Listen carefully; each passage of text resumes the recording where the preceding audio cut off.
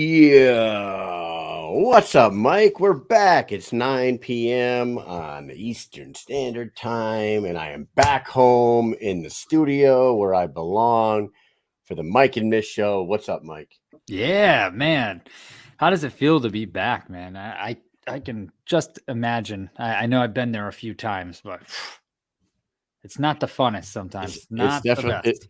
I was having a little bit of agita every single time we would get online down there because of the fucking spotty internet. And for the first few weeks we were down there, it was pretty spot on. It was pretty nice. But that last week was really fucking pissing me off, dude. It was, oh, what's up, dude?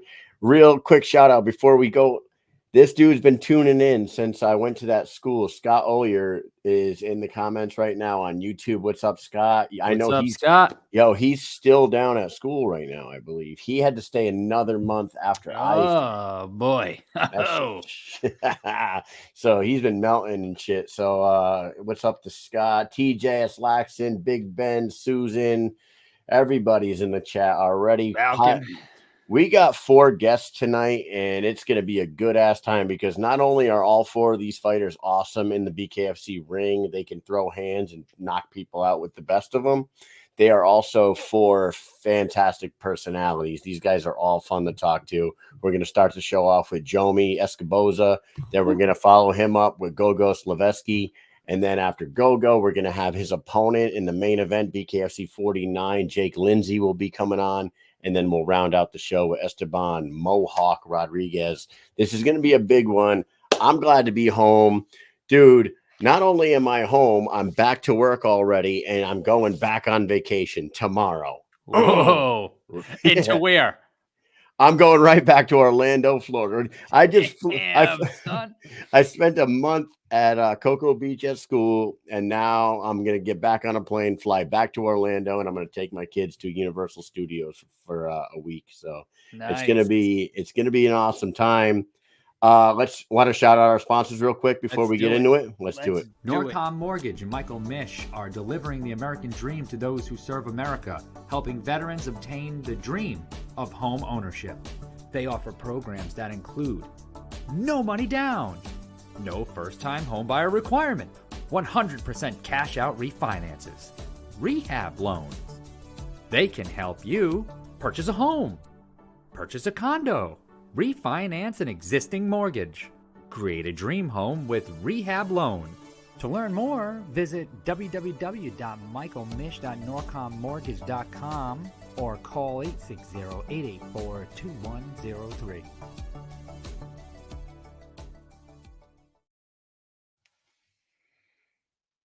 You know the name, Mike Mish, 860-884-2103. Call him at Norcom Mortgage. They're the best mortgage company in the country. He's a top 1%er mortgage broker. You want to call Mike if you have any questions or if you have any loan needs or anything like that. Our first guest might have a problem with us shouting our sponsor out because I think he's in the same game. But you know, we'll talk to Jomi about that in a second. Also, we also have the bare knuckle corn snacks. Go over to bareknucklecornsnacks.com. Get yourself some tasty treats. And if you can't get out to the fights live, sit at home on your fat asses and eat some popcorn and watch some violence because what else is there better to do? Only thing better than that is winning money, betting on the fights.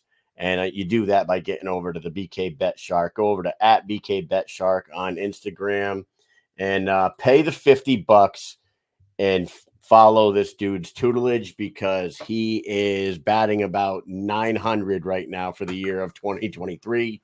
And he posted all his bet tickets the other day from that last event, and he freaking raked once again. He's got a real high win percentage, right, Mike? Oh boy, does he. Hey, listen, I'm telling you what, I'm an idiot because I haven't been doing it like I should be doing it. Occasionally I do. But here's like the thing. Dogs do. Yeah. I'm an idiot. I should be doing it all the time because if you were following what this guy's doing every week, you would be so far ahead. It's insane. There was 1 week, and I'm going to be completely honest. There was one event that he didn't do well on, and he will tell you. But that's like one event in the last year, I believe. It's insane. Listen, just prep yourself.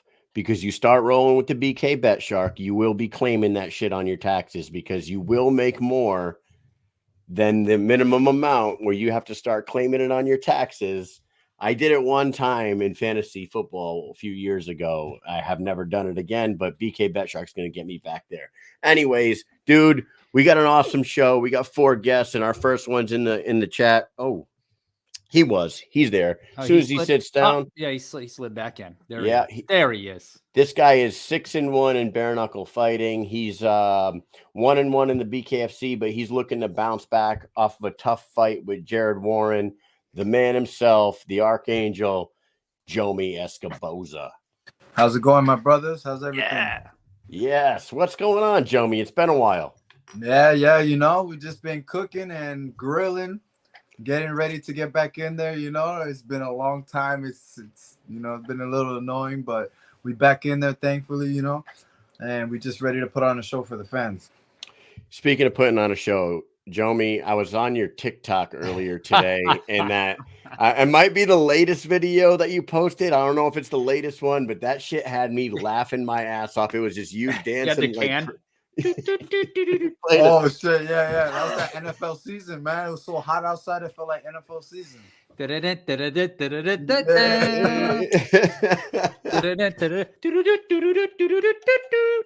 what you're. Oh man, that shit was so funny. Yeah, I was laughing. So here's the thing: a lot of energy in your social medias. You're a guy. You're a fighter that brings a lot of energy. You come on these shows and you have a lot of energy. Last time we talked to you, you didn't have the same energy. You seemed like a pissed off Jomi Escoboza last time we talked to you. You went out there, you fought Jared Warren, you didn't come out on the winning end. Was that the same Jomi that you normally go into there, or was there something off about your about heading into that last fight? I just fought way too relaxed. That was the fight in my whole career, even amateurs, that I fought that relaxed. Like just walking backwards and throwing single jabs. I only threw one. Really used one hand the whole fight, which was retarded. Even though I threw more punches, landed more punches, did more damage. But, at the end of the day, you can't walk backwards and really win a fight without knocking somebody out. So was that part of the game plan to kind of wait it out and then just crack them at one point? Or? Nah. It's just I fought way too relaxed in that fight. It was like the dumbest shit. I don't know, man. It's just. I just felt way too relaxed. Like if I wasn't no urgency, I wasn't like I just wasn't walking forward and attacking. And I only used one hand. I was only using literally single jabs, which was the dumbest shit. It was a close fight too. It's not like you got blown out of the water. It was extremely close. So yeah, and then like imagine me doing that damage with just single jabs. I could have used this club and I didn't even use it. I looked down at my hand at the end of the round, at the end of the fight, and I'm just like, damn, you idiot. You didn't even use your club. Like what the hell? The hell you just did, So but it's a good little learning lesson. I took it on the chin and then just started grinding hard and just bulking up and working on my output, keeping my output a lot more than my opponents always. And that's it, man. Just grinding and waiting for a fight. Was supposed to fight in December 3rd. Didn't get a fight. So then, the Russia thing ended up coming up. And I was like, I was 205. I had less than 3 weeks notice. I was like, fuck it, good little experience out there, good little money. And go out there. And for me, doing bare knuckle for so long, boxing, for me, to be honest, is like a sparring. Even it's if gotta be so weird. Even if it's 10-ounce gloves, for me, it feels like a sparring. So I knew I wasn't going to, take any damage like that. And well, I went out there and had a drastic weight cut, which fucked me up. And out there I was drained, and I made weight, but it was stupid for trying to make 180, which I haven't fought at since before COVID. So you took the fight on short notice, traveled from Florida to Russia, and had to drop 25 pounds in the process. That's what you're saying? Yeah, I was cutting weight down here like crazy. Like, yo, I'm just gonna go out there and it's, but it was a mistake going to that, down to that weight, because I only gained back 12 pounds. So I was, by the time I was hitting pads before walking out, I was like drained already. I was still, shit. Jet lag is a bitch. Going to New Mexico, it's a bitch. Yeah, I mean, it was a bitch, but I grinded it out, and it didn't really affect me with the jet lag. It was more of the weight cut. It was a drastic weight cut in a short amount of time, and it's never good doing it that way if you're not gonna gain it back at least. And I wasn't able to gain it back over there. So Yeah, but you gained it back in your wallet though, right? yeah, of course, I went out there, it felt like a little sparring match. But I'm definitely gonna go back out there, and redeem myself because that shit was horrible. Like I was like, oh my god, I couldn't even display my skills the right way, man. I was, so yeah. Hey, so now you're back in bare knuckle where you belong. You can go back to Russia and get paid a boatload of money for another sparring match later. But right now, you're fighting Mohawk, Esteban Rodriguez, who has kind of like blasted onto the scene in a big way. He's an exciting ass fighter. They have you listed. This is a 185-pound fight, right? No, 205. 205. Okay, they have it listed at light heavyweight, just so you know. Yeah, I know. I seen it. I just, to not get too much trouble, and so I just, I just go with it. Whatever. I wanted to clarify that because you're over there eating a cheeseburger, and fucking Esteban Rodriguez is on Instagram today saying that he's on weight already. I'm like, how the fuck can these guys be both 185 right now, mashing cheeseburgers and fucking hanging out? That doesn't make any sense to me. So this is at two. This is at 205 now. So what I was gonna say is we had a long conversation with Lorenzo Hunt last time he was on about the state of the 205-pound division. Chris Camozzi is kind of the only guy left right now that is like currently there contending in that division. Is this going to be like a permanent move for you, or are you still going to jump back and forth? Because that division does need some life pumped into it. And you and Esteban Rodriguez could be two of those guys that really pump some life into that division. I mean, to be honest, it's more like a one and done. I want that 85 belt first. Okay. Because, I'm on the quest of taking all the 85 belts and being the undisputed at 85 and being the first undisputed, since I was the first 185-pound bare knuckle boxing champion in United States history since it became legal 6 years ago. Stepped my foot in the history books early, so I want to just be the first to collect all the belts and like the most important promotions type thing, Hell yeah. Nah, man, that's a goal to, I mean, you had come on here before, collect belts like Infinity Stones. Yeah, exactly, like Infinity Stones. Like Infinity Stones, and then snap your fingers and wipe everybody out.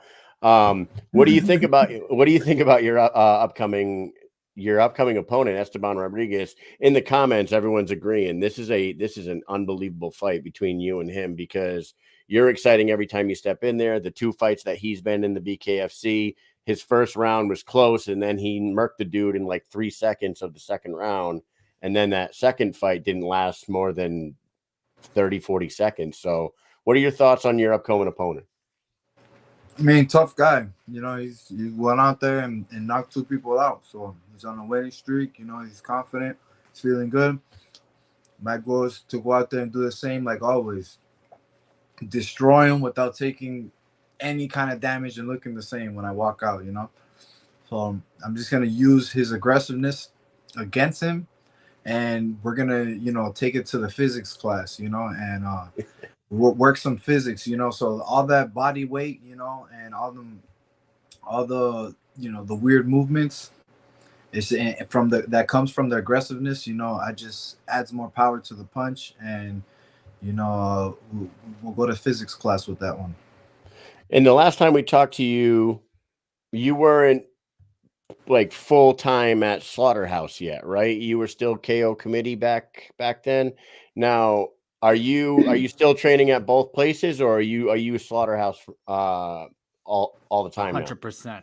100% Slaughterhouse. Yeah, I'm 100% with Slaughterhouse now, and yeah, we've just been grinding with Ryan and stuff like that. And Ryan's just been a hell of a coach, hell of a manager, hell of a brother, in the game, and always has our back for everything. I always have his back, and he, he's fought to get me in there, and we're here, ready, in an exciting fight. You guys are gonna have an amazing show. You guys are gonna have some very good highlights. It's gonna be 2 amazing styles, high output style versus an aggressive come forward style. So let's test that aggressiveness.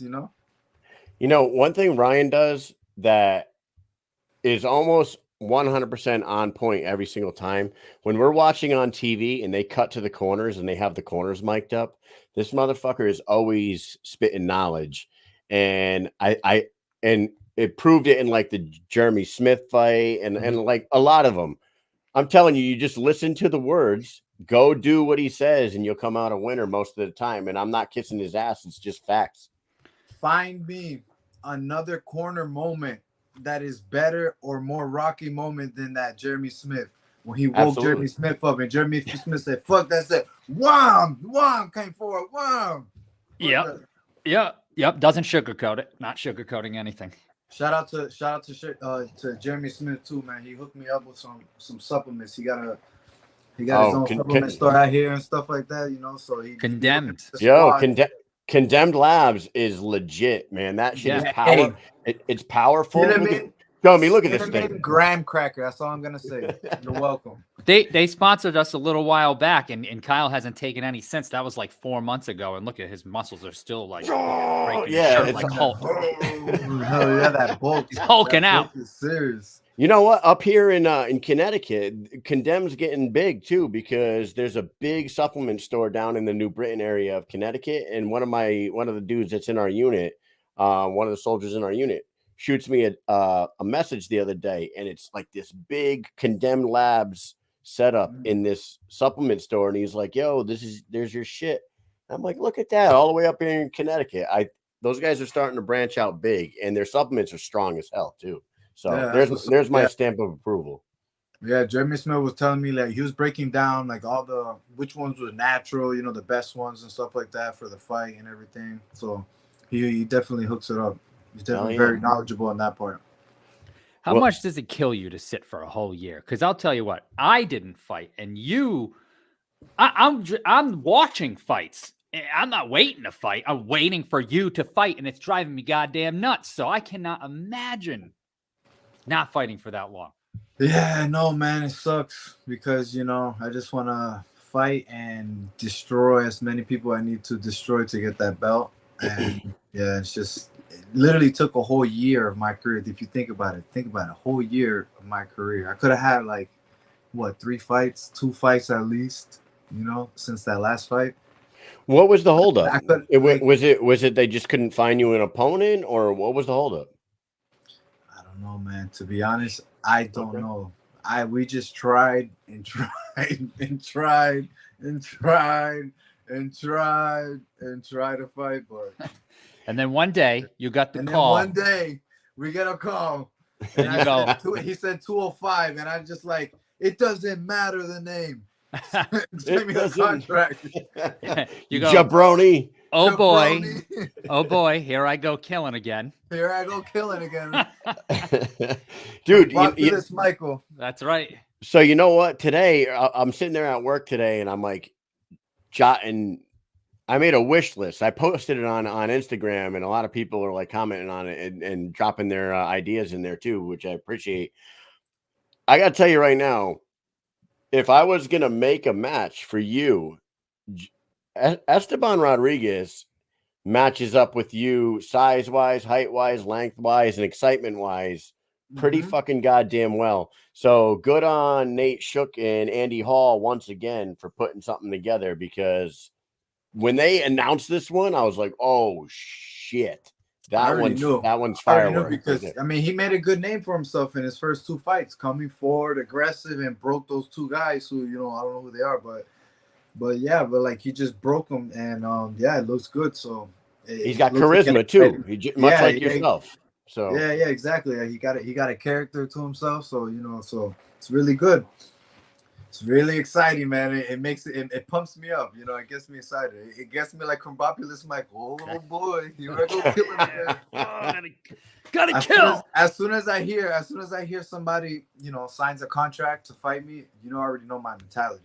I'm just like, okay, there's an assassin that just signed a contract trying to kill me. Let's go. Gotta kill him first. There's a lot of contracts being signed right now. You know, the end of the year is coming around. So they're going to start doing this thing, you know, where they just start throwing out. And you can see it, BKFC, they keep throwing out all these cards. 1, 2, 3, 4. At the end of September, there's 3 cards. Just 1, 2, 3, like within like 8 days, I think. And and this card's going to be better, and this card's going to be better. And there's a lot of people that haven't fought for a while, and it's a lot of people that we want to see fight that might have even fought just a few months ago. So, man, all these fights that are being signed, they're really getting wild. I love it. I love it so much. This sport is getting insane.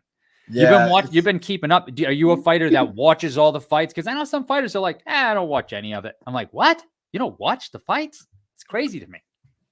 I like watching the fights, you know, because I have a lot of teammates that fight also. So, you know, I'm always watching their fights and keeping up because I'm training with them. But I like watching the fights. Is the way I am. I'm kind of like a Bruce Lee mentality where I can learn from anything. So in any part of any kind of fight, you know, I can pick up on any little movements and stuff like that, or anybody, any high level fighters, you know, I try to pick any kind of little tricks that I can add to my game and stuff. And make you'd be like water, a bit more, you know, annoying. Man, I love that. I mean, and also on top of during your long layoff, on top of you being out, they have been working on adding more states and getting the unified rules. So with that unified rule getting passed, rule set being passed, dude, yes, MSG. I'm saying MSG. With that. In the opening of more states, that means more events, which means more opportunities for the fighters on the roster. So maybe you won't have to fucking wait so long if they're only playing in fucking 8 different states. You know what I mean? Exactly. So now the doors are starting to open. It's going to be fantastic. They got you on this card. You got Bryce Henry on this card. We just found out that another slaughterhouse killer is going to be fighting in Thailand soon. Britton Hart's fight in Poe Denman. You got all kinds of shit going on with that slaughterhouse crew right now. So let's ask you this. Does Mohawk see more than a round or two in this fight? Because he's only been in there for about a round and a half total in his BKFC career. You plan on dragging him through the mud or getting in and out and getting right back on another card as soon as possible?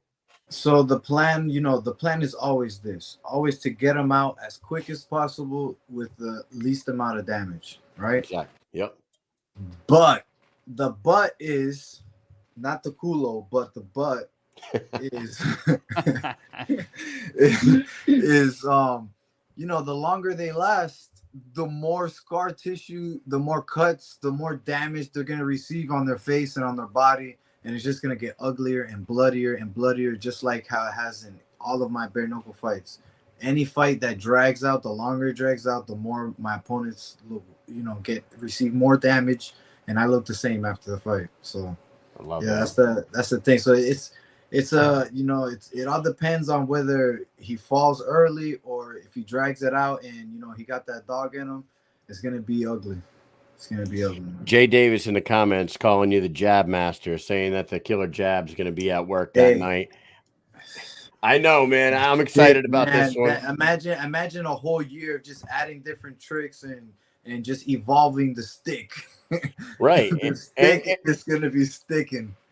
You guys are going to make a new phrase. You're going to be like, oh, there goes Jomi with the stick again. The stick. The stick. I'll remember that. We're going to keep putting that out there. Show me with the stick. Well, you know that BKFC president Dave Feldman had announced that they re-signed Mike Perry, and they said that Mike Perry is going to probably be on a big card at the beginning of October. So with that time frame in mind here, I know it's only a month and a half, but you come out of there pretty much unscathed with no damage. Maybe Ryan gets on the horn with Nate and says, hey, he took no damage. You made him sit on the pine for a year. Let's get him another one as soon as possible. Get him on that big card. Lots of eyeballs on those Mike Perry cards. So something to shoot for, man. Before we let you go tonight, we're going to do something. We're not doing the speed round with you tonight, but all we want to do is we know that you think like us. You're into movies. You're into music. You're into pop culture. Yep. What are Jomi Escoboza's top 5 movie villains of all time. Give them to us. Go. Top 5 movie villains. Dr. Doom. Ooh, okay. Dr. Doom. Fantastic Four. Go ahead. Yeah, but but that's like, but it's a movie villain, no, so not the comics. So he's more of like one of my favorite comics. That's all right. That's fine. Keep it all right. moving. It's fine. All right, that'll be like number 1. Let me see. Let's go back. Let's go to the end. Number 5. Number 5 movie villain. Jason Voorhees, because that man always comes back. Yeah, love Jason. Coming. And then, you could be running a 4 flat through the forest. All you hear is, you start breathing, you turn around. All of a sudden, there's a machete.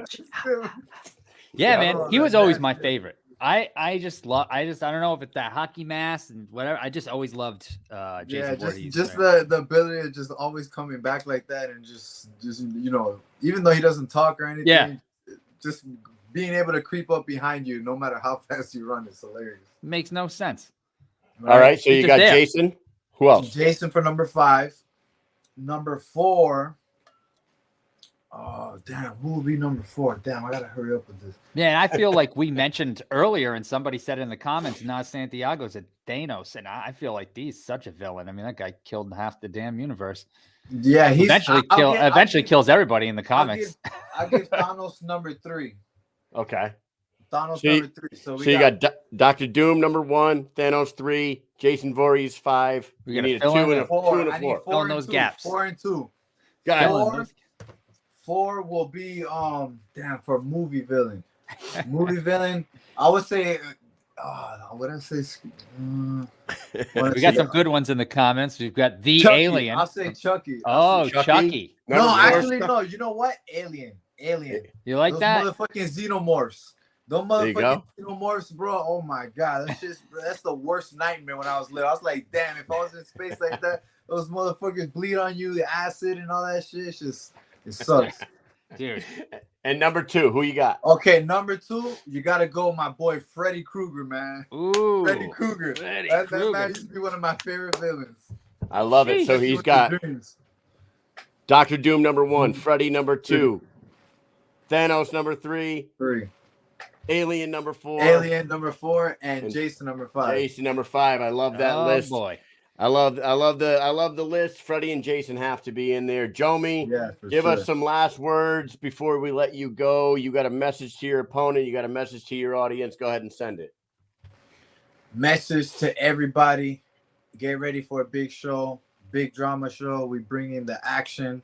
And for my opponent, let's go. Be ready. Come in healthy because we're going to bang and it's going to get ugly. Big drama show. Big drama show. That's a shout out to Khabib. Big drama show. Is that Khabib? Big drama. Yes, it is. Big drama show. I love it. Jomi, thank you for coming on as always. We will be tuned in August 25th. Mike and I will not be there in Miami, but we'll be hosting a watch party at the Mohegan Sun. So we'll have a big crowd there watching you guys perform. Thank you very much for coming on as always. Mike, you have anything else for him? Man. Oh, I just loved having you on. It's been so long. I know it's been so long, man. I've been dying to come on and be, announce the fight and everything. There you go, brother. Hey. Oh, also, everybody in the bare knuckle community or everybody that comes on the show, if you need to buy, sell, or lease in South Florida or all of Florida, I'm a realtor as well, so you can contact me, hit me up on social media, and I will, help you find the knockout deals in Florida. So whether you want to rent, buy, or lease, sell, we could do everything. I help you do everything with commercial space. I do residential and everything. So, hell yeah, entrepreneur, guy does it all. All right, Jomi. We'll talk to you. There he goes selling again. There you go. There he goes selling again. There you go, killing again. All right, brother. We'll talk to you soon. All right. All right, brother. Take care, man. Have a good one. Take it easy. Later. All right, later. Jomi Escoboza, everybody. That guy's awesome. Great personality, great fighter, and he's going in there with a great opponent. like we said, the matchmaking is fantastic for that one Yes. because those two match up great. Oh man. Our next guest is one half of the main event on that same card. This guy fought 5 times in 7 months to move to 5-0 with, I believe, 4 knockouts out of the 5 were 4 knockouts. This dude's taking on Jake Lindsey in the main event for the vacant BKFC welterweight title. We love this dude as well. Here he is, Gogo Slaveski. What up? What's going on? Look at this guy. Gogo. What's going on, guys? Were you sleeping? I was about to fall asleep. Now you're here. I was yawning. We need some of those smelling salts, you know? Get some of them smelling salts. You ever do No. that before you go- I heard they sting like a lot. Oh, man. You guys ever see that preview for the nose slap? You ever see that? No. No, I haven't seen the preview, but that shit is horrible. So somebody took smelling salts and they took like peppermint and other essential oils and made it like twice as strong as smelling salts. Oh my god. And they call it nose slap. You take one whiff and it's like your whole life changes. And like the videos are hilarious. And people are like, ah! The dude's like, you could use it for a hangover. You could use it to wake up in the middle of work. You can Get you use it to hyped up get ready to before a game. fucking lift. Get ready to fight. That's probably super horrible. It's wild that people use that shit, man. Yeah. I was watching the Rogan podcast, right? And these guys are doing this shit, and they don't even get the bottle like this close to their face, and they're already coughing and choking and jumping out of that shit? That's crazy shit. But anyways, Hey, Gogo, you fought 5 times in 7 months. Yes, sir. Then you go on a 9-month hiatus. Like, what the fuck? How does one guy go from I don't fighting know, 5 man. times in I don't 7 know. months and then go and nothing for 9 months? I have no idea. I was sitting on the bench, and I was like, "What the fuck is going on?" Like basically, the whole time. I don't know. They because he has their own. They're working on their own schedule. Like they moving on their own time. They putting people on the events. You know, like everything gotta be proper. And even though we as fighters get frustrated, they move the way they move. You know, like you can't go against the plan of the organization, and you can't just say, "Hey, let me be on this card," when it doesn't make sense. For example, if I wanted to be on, I would have fight a prelim. Like I don't care about none of that. but going from a main event to a prelim for the organization, it doesn't make sense. Even if for me it's like, oh yeah, I'll fight anytime, whatever, you know, prelim, anywhere. It doesn't make sense, and it doesn't look probably good for the organization as well. So, you know, Gogo, there's a bright side to everything, though, right? So, in the meantime, Palomino ended up getting surgery done and whatnot. You didn't end up getting a shot at the champ, but what you did get is a shot at the actual belt because the belt is now vacant. You're not fighting for an interim belt.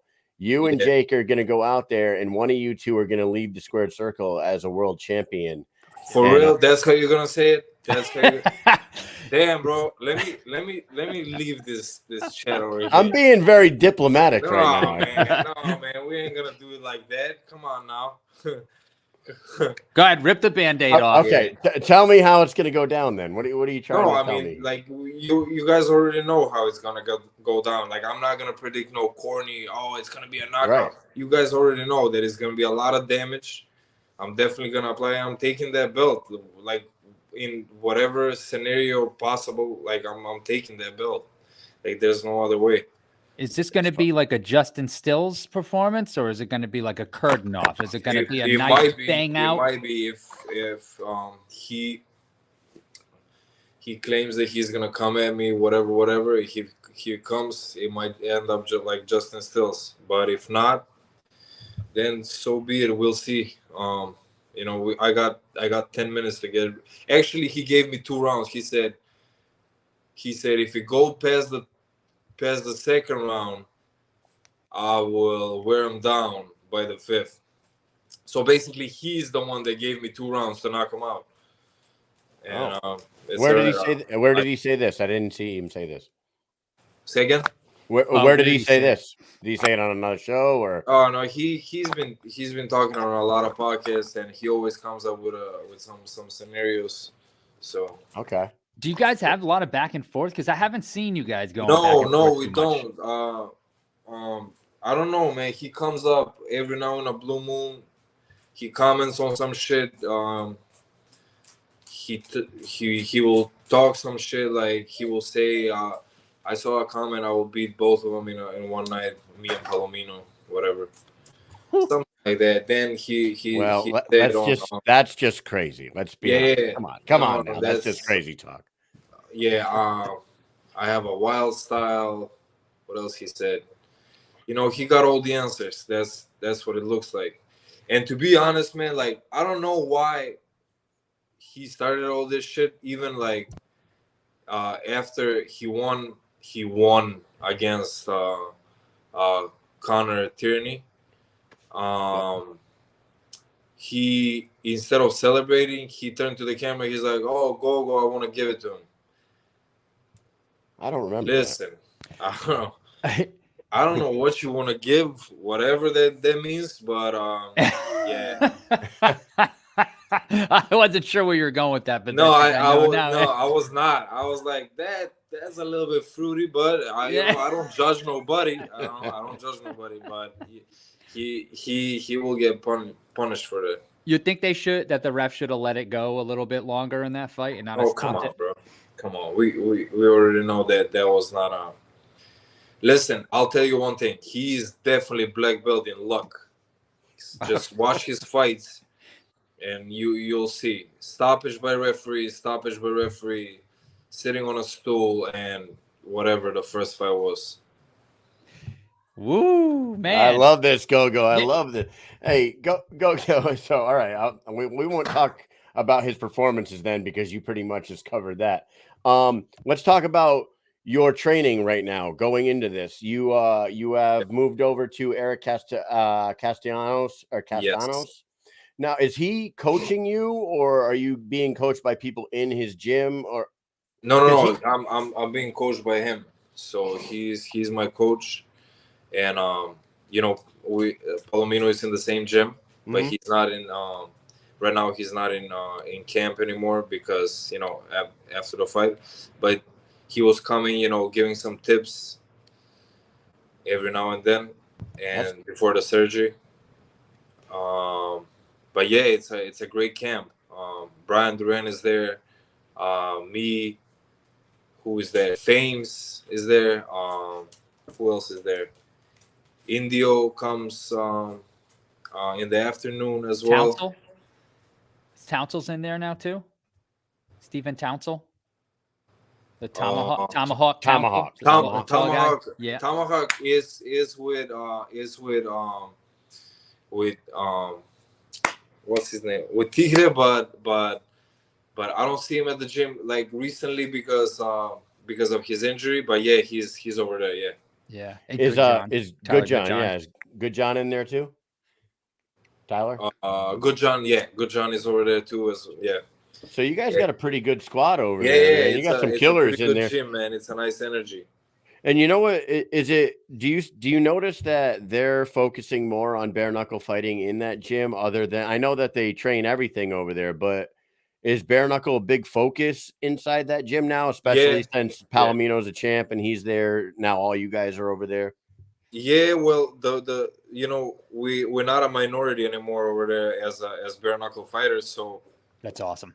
So that's great. Like the accent is not like, oh, we have 2 bare knuckle or like 1 bare knuckle fighter. He's doing this, And when you're a minority, eventually it's not a big hype in the gym about you, and you're gonna feel it, This way, we kind of do drills that are bare knuckle drills. We train with each other, and it's awesome, man. It's awesome to train with another bare knuckle fighter. Especially the people that are training over there are actually on a high level. It is nice to see the gyms going pretty heavy with bare knuckle training, because when this started, you'd get a one-off. They'd have a gym over here and one fighter would fight bare knuckle, maybe once, maybe twice if it went well. And now you see these gyms that have a heavy focus on it. And I feel like, and maybe you see this, other fighters in the gym going, I actually want to do that, because they see you and so many other people doing it. They go, man, that's blowing up. We had one guy from this gym doing it 2 years ago. Now we have 7 guys in here doing it. And, you know, one's a champ and this one's fighting for a belt. And, you know, that's some, and the other one's headlining in South Carolina. Awesome, and not only that, now the BKFC opened their BKFC prospect series. Yeah. So kids that actually want to try, but before they were hesitating because of, you know, it's a little bit more extreme. Now they have you know, the BKFC prospect series where they can try amateur with like 4-ounce gloves, I think. That is pretty cool that they're doing it like so that. It is pretty cool, and you actually matching with an opponent that is, you know, on your level. So actually you can, you know.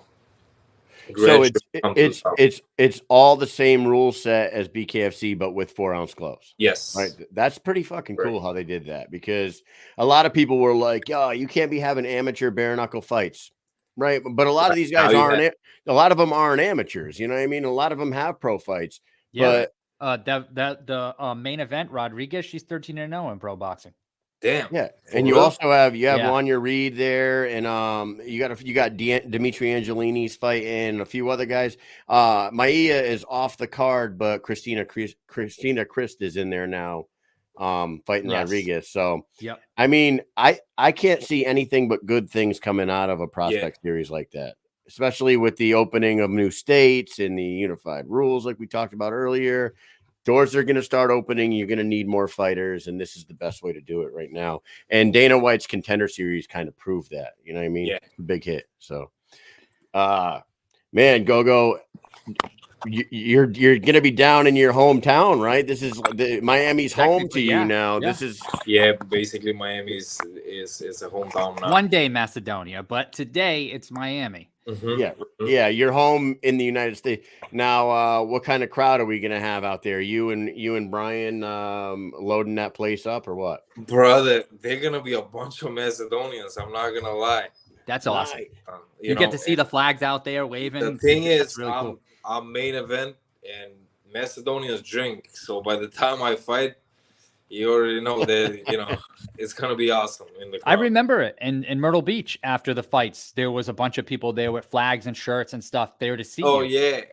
That's not even close. So what is that was awesome. Over here. It creates a different atmosphere, though, because, like, when you have, like, you know, there's a lot of American fighters, you know what I mean? And so like people aren't there waving flags around and shit. So you just have people wearing t-shirts, maybe they're spread out. But I feel like when you have somebody like yourself that's from another country that's fighting in here in America and they're based here, you have a lot of, you know, people from Macedonia living around and they're looking for people that are from their country that they can get behind. So they all come there together. I don't know if they meet up on group chats and stuff online and stuff. And they're like, hey, we're going there. We're going to bring flags, shirts, and we're going to wave them. You'll see the section all waving flags. And I remember the South Carolina. And so if it's going to be even bigger, that'll be cool. It's going to be a lot of people. I have a lot of supporters from the Latino community over here. And then I have, the Eastern Europeans, the Serbians, the Macedonians, the Bulgarians, so Croatians, and like Americans. So it's going to be a lot of people. It's going to be nice. So is Florida in the United States like a destination spot for Macedonians that come over to the United States? No, actually, Chicago is the Chicago's a spot. Yeah, Chicago is the spot. That's where you started, right? You came over to Chicago and then. Oh, that's right. A bunch of Macedonian stores over there, a bunch of Macedonian restaurants, nightclubs. No shit. That's cool. Yeah. You know what you got to do? You got to put out the message to the Macedonians in Florida that they shouldn't start drinking until they get to the arena that night. Because I don't know if you've ever heard the stories about when Conor McGregor fought at International Fight Week in Vegas. They said that they were like stepping over drunken Irishmen like passed out on the streets. Like they went there on like Tuesday for a Saturday event, and all week long it was just like a nonstop booze fest for the Irish out there. And like quarter of the arena didn't fill up because half of them, because these motherfuckers they couldn't make it into the arena. That's like the story was, they couldn't make it into the arena. They were all fucked up. No, I think they'll make sure they come to the fight for sure. Awesome, dude. Well, yeah, we can handle it. We can handle it. We love that. Gogo, this fight with you and Jake is awesome. The matchup is great. Two skilled fighters going for a world title. Before we let you go, I want to ask you, who are your top 5 BKFC fighters that you like to watch? Top 5. Ooh, you caught me off guard. Damn. Okay. You can't say yourself. Damn. No. Okay, so I like, it's in no specific order. Yeah. Is Lorenzo, the Marine. They're my top 2 basically. Nice. And then after that,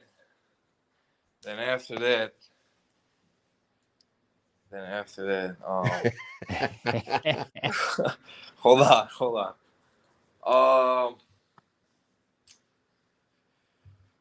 There are a lot of good fighters, man. I'm not gonna lie. I like the way Gorjan fights. He's a warrior. Yeah, he definitely is. He's Joe Ivy says never in a boring fight. That guy. Joe Ivy says Misfit. What about Misfit? She won. Who? Christine Faria. The women's champ. Oh yeah, Christine. Yeah. She's Misfit, over there too. And then hey, you training with Baboon over there too? You got Baboon. You got man. Shit. Yeah, I mean, I love. I'm talking about who I've been like in. Yeah, Baboon is definitely there. Yeah, I've watched a lot of fights of all these people that I mentioned. Like I'm trying to I'm talking about people that I'm trying to steal something from them. Yeah. And yeah, definitely Palomino is over there. But yeah, my top 2 is definitely the Marine and Lorenzo. Well, those are definitely top 2 on many people's now. lists, Actually, sure. I'm trying to steal something out of Bryce Hall style. I was just gonna say, what about Bryce Hall, man? That should be your new favorite. He's yeah, that's my new favorite for sure. I'm opening a TikTok right now. There you go, brother. That's where all the money's at. There, some of those TikTokers be making like 10 grand a day over there doing that. I know, shit. brother. I have been telling people from like a couple of years ago that I don't belong to this era. I don't know how to put it otherwise. Like this is not my era where social media, TikTok, and all these idiots are succeeding. But it's what it is. I was saying you just yesterday, like knocking people out. I was saying yesterday when we were getting ready to interview Bryce Hall, I was watching his TikToks for like an hour straight. Don't ask me how I got through it, but I did. And every like 10 posts, he's with a super hot chick. So I go, oh, who's this? And I would click and I would go off into that for a little. All right, got to come back over here. But I tell you what, if that's not the most depressing thing to go and watch, is to watch. Oh my God. I'm happy for the guy. Great. He's a millionaire. He's done well for himself, but to watch someone who got super rich at like brother in your early doing teens nothing. by doing like dancing, I want to fucking jump out the goddamn window, man, and then get hit by a car on the way down. Yeah, like, seriously, it drives me nuts. I'm like, I'm over here. I signed my goddamn life away to the military, to the government, and this dude just fucking said, "I'll put a couple TikToks out and dance." Brother, I can't even imagine for me to say to my dad, like, "Yo, I got a TikTok and check this out." Get ready for that. Well, his dad probably was like, "You better get a imagine going fucking to job." Macedonia and everybody celebrating. Yo, he got the most famous TikTok. Let's cheers. Yeah. His dad probably at first was like, "You better get a fucking job or I'm gonna kill you." And then he bought his dad a Rolls Royce. Yeah, then he bought his dad a Rolls Royce. Post up right now. Oh man, trust me, my dad would be like, "Yo, keep the Rolls Royce." You fucking. Dude. Well, Gogo, We always love having you on and talking with you, but we always also love watching you fight. And you're fighting Jake Lindsey, August 25th, main event, title shot. Best of luck to you. And I'll give you a second. I appreciate you guys. Any last words for everyone that's going to be tuning in that night? Oh man, it's always gonna be when Gogo is fighting you. It's always gonna be fireworks and it's gonna be blood everywhere. You know how I go. I don't go on points. I'm not over there for get the win, touch, like all that shit. It's do or die with me. It's always been like that. Always gonna be. Yeah, I remember the quote. The quote from you to us at Myrtle Beach was like, "I either go in there and win or die." Yep. He said, "I win or I die." Say it in any corny way. I really have that mentality. It's like I don't see. It's too extreme, but I don't see myself meaningful if I don't win. So I go and I give it my all. Like I don't see my life meaningful. So. You're a warrior, man. For sure. You don't get the nickname Braveheart for nothing, dude. We can't wait to see you on August 25th. Yes, we're about to talk to your opponent in a second here. So thank you very much. And if you wanna throw some words in his direction right now, we'll let him listen and then we'll talk to him about it. He's in the waiting room, man. Nah. He's in the waiting room? He is. Yeah. I'm not. I thought something crazy was. I was like, "Is the waiting room?" Nah. I'm not. I don't roll like that, man. But I'm gonna see him on the 25th. I'm gonna talk with him. All right, go. Sure. Thanks, brother. We'll talk to you soon. Thanks, man. Have a great night, guys. Later. You too. That is Gogo Braveheart Slaveski, who's going to be going up against our next guest, Jake Gypsy Lindsey, for the vacant BKFC welterweight title. This fight is awesome. Both of these guys are undefeated, one 5-0, one 4-0, and they've been just running through their opponents left and right. So let's go ahead and bring him on. He's been waiting patiently. Jake, the Gypsy Lindsey. What's up, buddy? Hey, what's going on, man? Eating that pickle. Sorry, I'm eating dinner.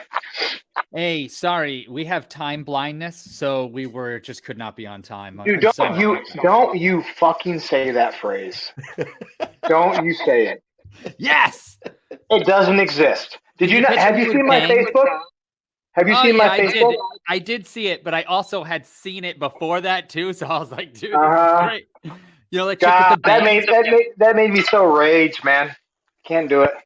If anyone's wondering what time blindness is, okay, people can make any excuse they want for it and say it's this and it's that, but really what it is people who are lazy and they don't want to get up and they don't want to go to work on time, so they want you to change the rules about your place so they can just come in whenever they want. Right. Everybody else. It's called being absent-minded, which everyone can be. Yeah. I'm absent-minded.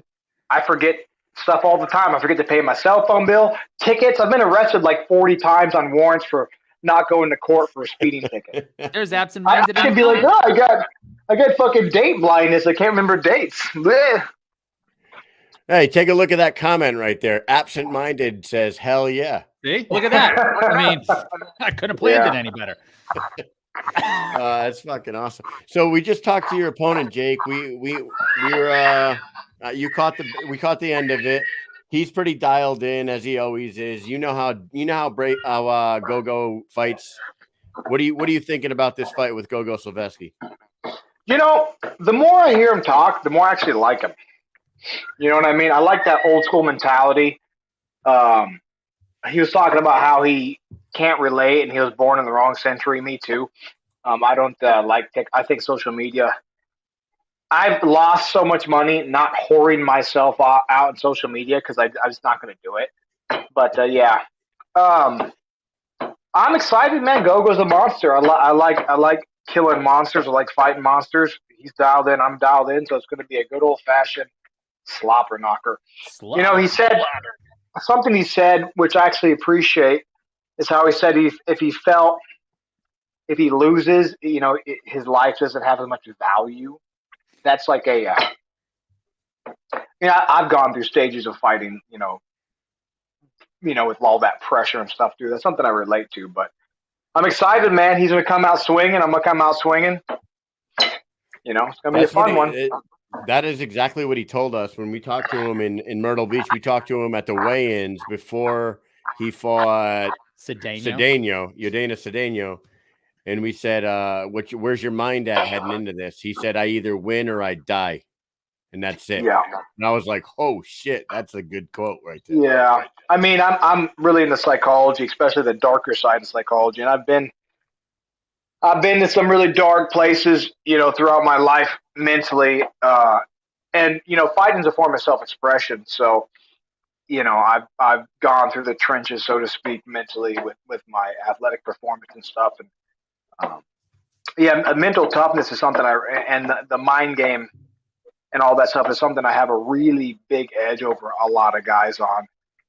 Because I've been in his position in the same mindset. Then I've lost a couple fights and been down on myself and kind of worked my way through all that. And but anyway, no, I like Gogo. I'm not one of those guys that has to dislike his opponent. I mean, I like him. I'm gonna punch him in his fucking mouth, but he's a cool guy. Do you think that experienced? You guys are both kind of gaining traction in the sport of bare knuckle at the same time, but you do have much more experience in MMA. He was a boxer before. MMA translates more to bare knuckle than boxing does, I would say, from what I've seen. Do you think that your experience in your MMA career puts you at an advantage over him in his boxing? I mean, I've pro boxed before. I've had 4 or 5 pro boxing fights. I fought a guy who was like 26-1, and I took him to decision, almost knocked him out. So it's not like I don't have any boxing experience, but not having the MMA experience for him, I guess in some ways can be a disadvantage, and in some ways it's an advantage. I guess it all depends on the matchup. If it's a really clinch heavy fight, which it may or may not be, it favors my experience with the clinch. But like I said, and it depends on the refs, man. Some refs you fucking touch a guy and bare knuckle, he'll break you up. And then some refs let you sit there and drag a guy down and dirty box him a whole bunch. So I think. Did you notice a difference? Did you notice a difference between the refereeing when you fought over in the UK against Connor than here over in the United States? Because I feel like they break it up quicker over there than they do here. I think I did at first, but the guy. I noticed early on in that card, he was breaking those guys up like instantaneous. But the longer he went on, I think he realized what he was doing, and because he's used to the rule set over there used to be no clinch at all. So I think he kind of caught on when he got to my fight. The first round he broke us up in like 2 seconds. Within the third round, we would both clinch for a second, then we'd stop, expecting him to break us up, and he'd say, "Keep going, keep going." So I think they are used to breaking people up early, but I think they're kind of catching on, and they're making it a point to not do it. So that Wasserman fight was a bit crazy. That's that one got real wild. Was that the one where the guy got his lip cut open? There and yeah.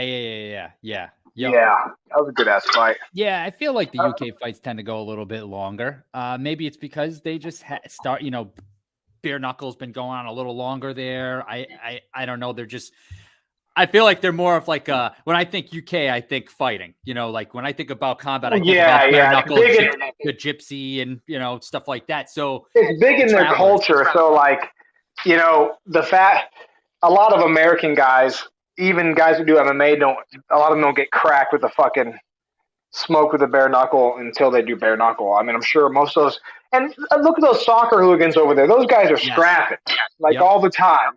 So even when you see street fights, if you see 2 guys in a street fight and you you're scrolling they know how to Facebook, you'll see you'll see people getting jumped and stomped out on the head. But every time I see a UK fight, you see just a group of guys making a circle, and the guys are fighting each other. And if somebody falls, everybody runs in and breaks them up for a second. Goes, all right, let's go again. Reset, yeah. Yeah. I'm like, that never happens here. People just stop facing when you fall, and that's it. It's they're a lot of them. I shouldn't say, I don't want to associate the two, because I think being an American and what the American values mean are anti-cowardly, but a lot of Americans are cowardly. You know what I mean, in terms of street fighting and stuff like that. I used to see there's this old TV show that I would watch on like BBC, and the whole premise of the show was like traveler drama. And I'm telling you, you'd see old guys that could throw fucking hands. Like the average street fight, their skill level, those guys were slick. I'd be like, look at this beer belly guy about to get smoked, and he'd be moving his head, jab, jab, slip, slip, pop, pop, pop. Yeah, they definitely got, a higher average fight IQ probably over there than in the U.S. I agree with that. And there's that documentary, we've talked about it a bunch of times. It's called Knuckle. It follows James Quinn McDonough and the travelers, the McDonough family, and these two families been beefing for like 60 years. And I've seen it years ago. Yeah, that's a great documentary for anybody that wants to like learn what the culture is over there, and like what you just said, the third cousin in line knows how to fight. You know what I mean? It's pretty fucking awesome. One thing they're not good at is, have you seen those like call out videos they do? No, dude, they're so cringy. YouTube, after this interview, get on YouTube and Google traveler street fight call out videos. And then what they do is, before they scrap, they make all these like internet videos call each other out, and they're the worst. I mean, their fighting skills are great, but their mic skills and their call out skills, it's the cringiest, funniest thing ever. You got to watch it. That's definitely. I just made a note. Yeah, definitely going to do that tonight. Now, hey, last time you fought, you were in enemy territory, and you fought who was supposed to be the next big thing, Connor Tierney, and you beat him on his own turf. What was the aftermath like? Did you have to get a police escort out of that building and head right home? Man, what was that like? I thought so. Like on the way there, I was telling my teammates, I was like, "Dude, we're gonna fight," and that's nothing new to us. Even though I'm from Kansas and people think the Midwest is like all calm, it was rowdy here back in the day. The combat sports scene here, 25 years ago, there's probably more combat sports happening in Oklahoma, Kansas, and Nebraska than anywhere else. And we would scrap. I mean, it was already known that you're going to fight the guy's team after your guys fight. So I told him, I was like, hey man, we better get ready for an old school weekend, because after I beat Connor, like we're gonna have to fight, I'm sure, somewhere in the bars or wherever. But actually, what ended up happening, and thank God too, because I couldn't even bring my actual team. One guy could come with me. Out of my head coach couldn't come. My main sparring partner couldn't come. But they ended up fighting each other. So like right after they announced or the fight ended, if you see me, I'm walking around the ring and I'm like pointing at the camera. In the crowd, there was like the Birmingham guys who were like pro Connor, and then there was the other European guys, and they were fucking brawling. They were just scrapping. The other European guys are anti-Connor? Yeah, there was like, I don't know the little parts of, I don't fucking know the geography of it, but yeah, like the anti-Birmingham guys were there, and they were going for me, and then Connor's guys were going for him, and then they didn't even announce me as the winner. They just shooed me out of the ring because those guys were brawling, and then I started yelling at one of them, and they started yelling at me. I didn't realize, I wasn't thinking at the time. I was all high on the win. I was like, fuck, I got one guy with me, and there's 30 dudes down here. I should probably shut my fucking mouth. But, no, they were all real cool. I mean, I don't know about all that, but everyone was real cool to me, really respectful. I really enjoyed it. Everyone was friendly. Connor was a good guy. I spoke with his family. His sister got my shit. Did you see her jump on the side of the ring? That was his sister yelling at me? Yes. Okay. Yeah. I thought it was some chick who wanted to make it with the champ, but definitely not. And I met her afterwards. I was like, respect to you. It's your brother gets smoked. It's a good sister thing to get on there and call the guy cunt. Yeah, she was upset. But, she wants to make it with the champ. Mike, do you know what she wants? She wants to make it with the champ. You know what's the champ? It's a karate movie. It's kickboxer, baby. on. I mean, karate. Karate. Kickboxer. What the hell are you talking about? This ain't no fucking karate kid. This is fucking kickboxer, bro. But no, it was great over there, man. I should have said a fighting movie, not a karate movie. But yeah, you know what I meant. It was a great time over there. Everyone over there was cool. So that's a great reference, Tong Po, man. So you didn't. So you guys didn't hook up, is what you're saying? No, absolutely not. Nope. Oh, dude, that's sometimes great. that's how. That'd be dirty. How dirty? I can't do my boy Connor like that. I'd be doing him dirty. So hey, Hook up you know with what? his Look sister. at Chris Weidman and Wonder Boy, right? I don't know what the reference is to. Are they married? Chris Weidman and Wonder Boy are brother-in-laws now Yeah, because yeah. Oh, really? Yeah. Huh. is Hey, it man. Wonder Boy and Weidman's sister? Is that what it is? Yeah, now they're like best friends. They're like brothers, man. Yeah. And here Well, I they're was just- thinking you were a huge doucher. Turns out you're not a doucher. Well, depends on what your political affiliation is. If you're one way, I'm a fucking complete piece of shit. If you're not, then I'm a good guy. Nah, kinda man. I like going on your social media and seeing some of the shit that you do and say. So I appreciate you, my friend. Yeah. What is this going to mean, like, for you having a long career in? You just said that you had some boxing, but your most of your career was MMA. Now you have this opportunity to become a world champion in the fastest growing sport in the world. What's this going to mean to you in your career? You know, not to downplay it, but I don't really think of it as in terms of my career. It's like a personal thing for me, really. It's like a personal achievement, you know. Like I've done so many fights for so little money that were so difficult, and I've done whole training camps basically in hospitals, like where my mom was in the hospital. I'd be sprinting up and down the hospital stairs.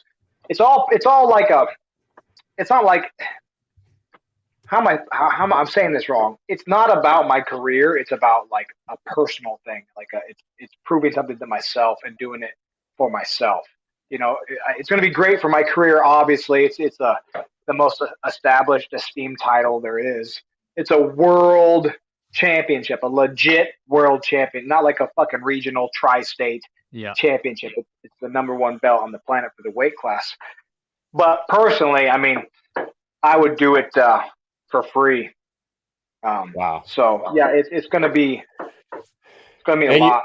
Yeah, and you're fighting a kid almost 10 years younger from Macedonia. It's not like you're fighting you're not fighting a kid from up the street in Kansas. You're fighting a dude from Macedonia that's been knocking people out left and right. You're actually going into like his second home, kind of enemy territory again. You just went and fought Connor overseas, and now you're about to go down to Miami where Gogo's been making a living. So this might be a new huge. thing. That's what Hunt likes to do. He likes to go to enemy territory and fight. That's his like thing. It's like traveling gypsy. It's great. I mean, like I enjoy it. I don't care. I mean, like I'd fight him in his backyard if that was what it was going to be. When I get in the cage, nothing exists. It doesn't matter who the fuck's the crowd's booing or cheering.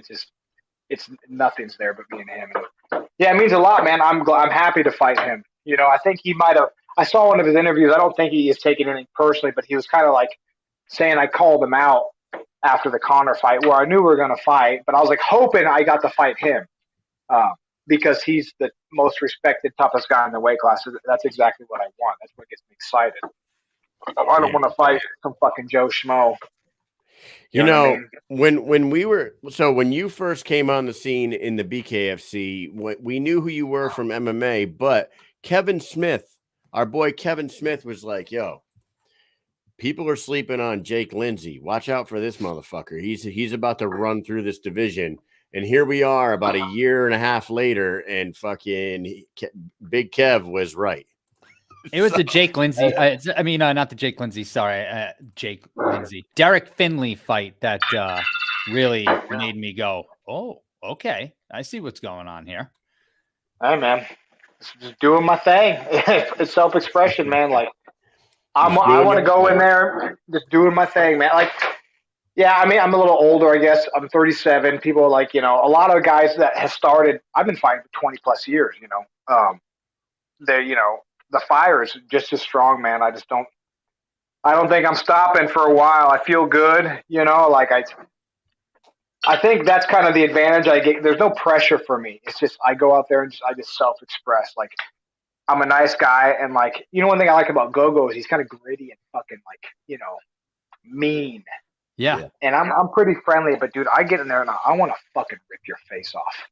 Like, I love how he's like, it's like, I'm going to win or die. It's like very same mentality for me. It's like, I will drag I'll drag my face through hot razors to no lose.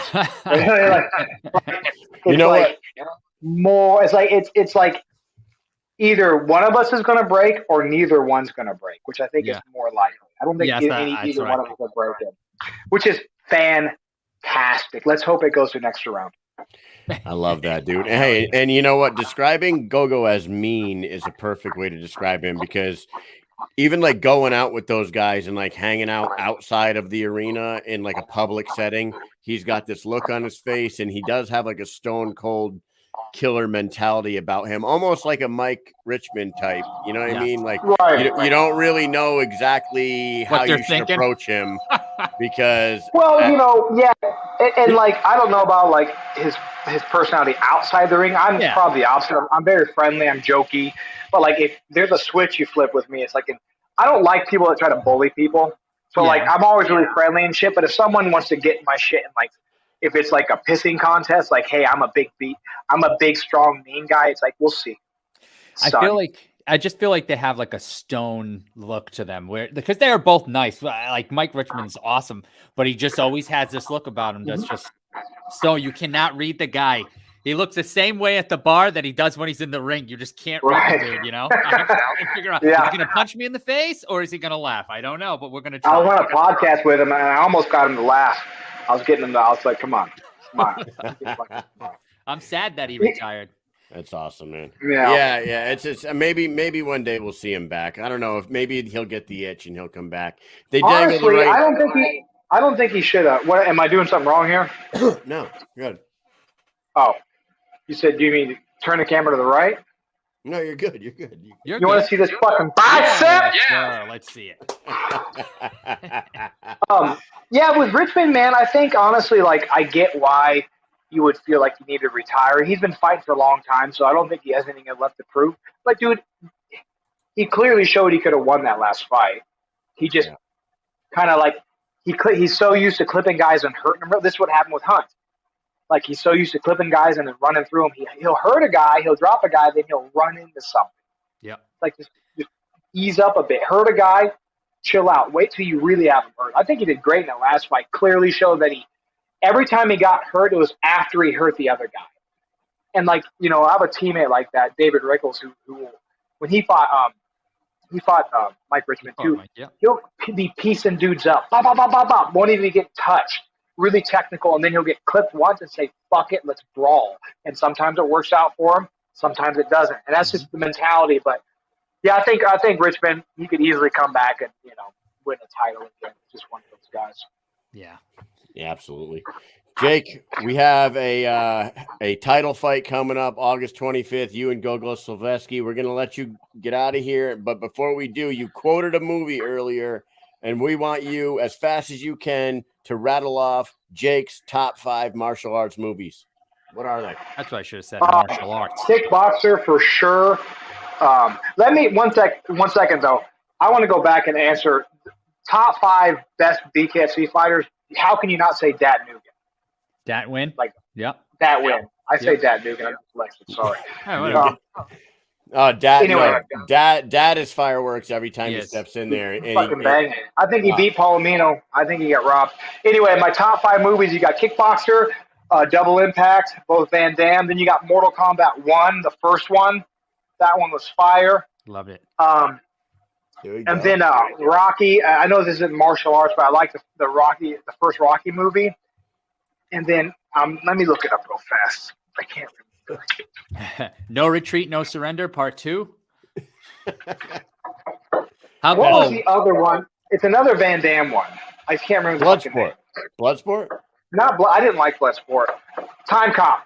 Time Cop. Wow. Yeah. I mean, that's not really, you know, but it's Van Damme. So he's always doing kicks and shit. Dude, Double Impact all day. What's that movie, Kyle, that I discovered on deployment? Retreat or something? Or Raid Redemption? Raid Redemption. You ever see that? No, is it good? Oh my God, it's nuts. It's like this dude has to go into this like building that has, say, 20 floors in it. and he has to fight all these guys all the way up. Way He has to start on the bottom floor. It was kind of like that old Atari, maybe Nintendo game called Kung Fu. Yeah, where you had to go in the bottom floor and fight your way to the top floor. That's kind of how the movie was, actually. Yeah, it's crazy. You can't tell me that those movies that were made like back in the day, that formula should have never been changed. They're so much better. You can still watch like an old school movie like that. It's just different. My daughters, they're 7 and 8 now. They'll watch a movie and I'm like, oh, check out this old. They'll watch some new shitty zombie movie and then I'll show them like Return of the Living Dead, and the CGI versus the actual like animatronic, it's so much better. Remember the lady? Is it Night of the Living Dead 3 or 4? And she put like the glass in her shoulders and her arms and shit. She like, yeah, oh yeah. That was it's Return of the Living Dead 3. That's what that one was. And then, oh my god, that's nuts. Yeah. Love it, man. Well, I didn't see Time Cop or Double Impact getting on any lists tonight. Double Impact, dude. It's the bomb. I love it. Hey, that's when he had a twin brother, right? That's when Van Damme had a twin brother, and it was like the good brother and the bad brother. Right? Yeah. I remember that movie. He also did, dude. He did Cyborg, Universal Soldier. He went through. He had a run, man. Van Damme had a run for sure. And there was that one guy in it. Sorry to cut you off. That big Jack Chinese guy. Yeah, that was Bolo Young. Bolo Young. Yeah. The juiced up Chinese dude. Bolo Young is the only guy to fight Bruce Lee and Van Damme in a movie. How about that? Dude, legendary. Hey, awesome interview with you. As always, I cannot wait to see you fight Gogo. This fight has fireworks written all over it. They couldn't have matched you guys up better for this title fight, and we're excited to watch it. Mike and I won't be there live, but we'll be watching. We're going to host a watch party at Mohegan Sun for it. Any last words to anybody that's going to be tuning in on the 25th? Nope. Just watch me work my gypsy magic. There it is. Awesome, man. Mike, you got anything for him? Man, I cannot wait. This is going to be an insane fight. Hey, and somebody's always got to go, right? Don't curse us. Don't give us no bullshit draw curse. No. There should be no draw in a title fight ever. It should go to extra rounds every time. Yep. Oh, yeah. Absolutely. Oh, yeah. I couldn't agree more with that statement right there. And I can't wait to get our hands on the actual unified rules. Nobody seems to know where you can find these published rules or if they've been published yet. So I wonder what it says about like round length and how many rounds and this and that. If you could change. What, they're changing all that shit? Well, no, what I'm saying is they passed the ABC passed a unified set of bare knuckle rules. Somebody in the comments earlier said that Howie said that they could extend. You can make the rounds 3 minutes now as opposed to 2 if you wanted to. You could put more. Wow. Yeah, so it's like things have changed, and I would like to see what those rules say. So anyways, man. Best of luck to you. It's going to be awesome. I can't wait to see it, and we'll talk to you afterwards, all right? Hey, appreciate you guys. Thank you so much. Thanks for coming on, you. as always. Bye. Later. There he is, the Gypsy. Jake Lindsey. The Gypsy, Jake Lindsey. Formerly known as the Librarian. He was the librarian, right? He was the violent librarian. I always thought like he used to be a librarian, he said. And I always thought it was a good idea because, like, the librarian always tells people to shh, So that's what I thought that it meant. Like, he's a librarian. He shuts everyone up. He's about to shush the crowd real quick. Yeah, he's going to shush everybody, shh, But, dude. Guess not. Awesome guess as always. We have one more to go, and stay tuned because we're going to talk to Mohawk in a second, Esteban Rodriguez, about his upcoming fight with Jomi Escoboza, and then we're going to give away an autographed picture of Gogo Slaveski and also a poster featuring this man, Esteban Mohawk Rodriguez. Yes. What's up? There he is. What's going on, my guys? What's going on? How you guys doing? Can you hear me good?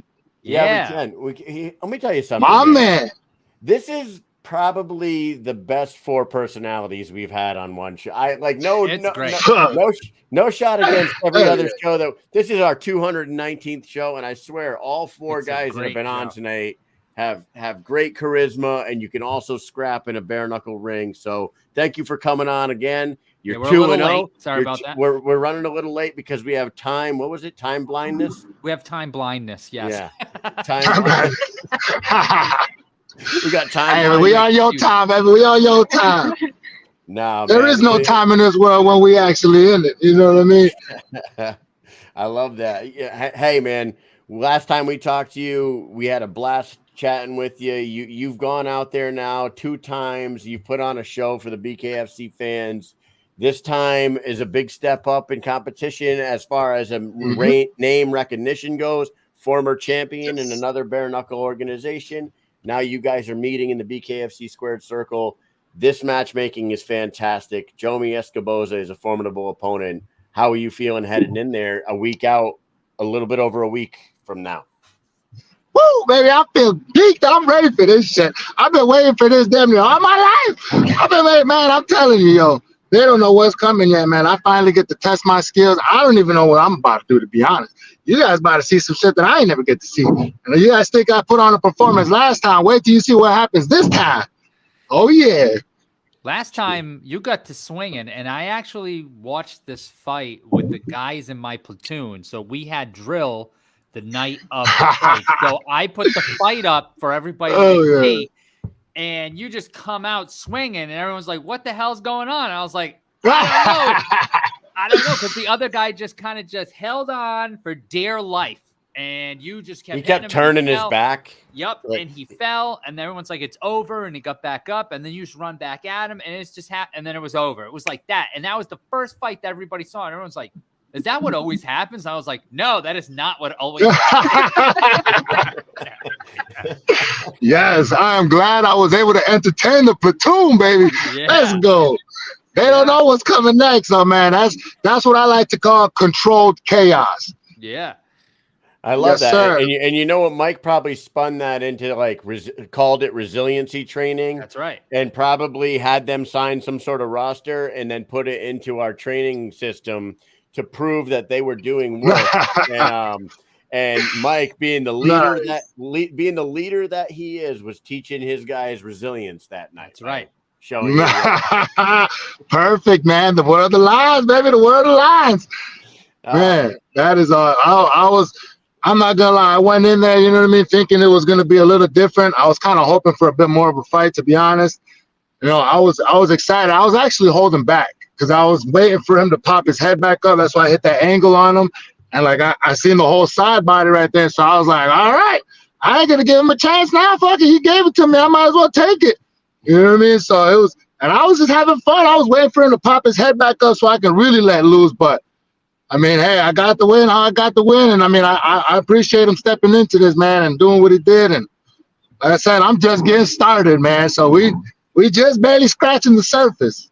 Now you're just getting started, like you said, but there was a year gap between your first fight and your second fight. It took a long time for you to get that second fight, and Jomi is coming off a break just like the one you were coming off of. So we know that Jomi has been on the shelf for the BKFC for about a year now, and he's itching to get in there just like you were in that fight. So I know for a fact you're gonna get a different fight than that last one. Oh, I've been dreaming about this shit, man. I'm telling you, I've been dreaming about this. Like, I thrive for those fights that come in where we are just banging and standing and banging and bobbing and weaving and fucking and bobbing and throwing them hands, man. It's gonna be a slugfest, man. This time it's gonna be a slugfest, and I'm super excited for it.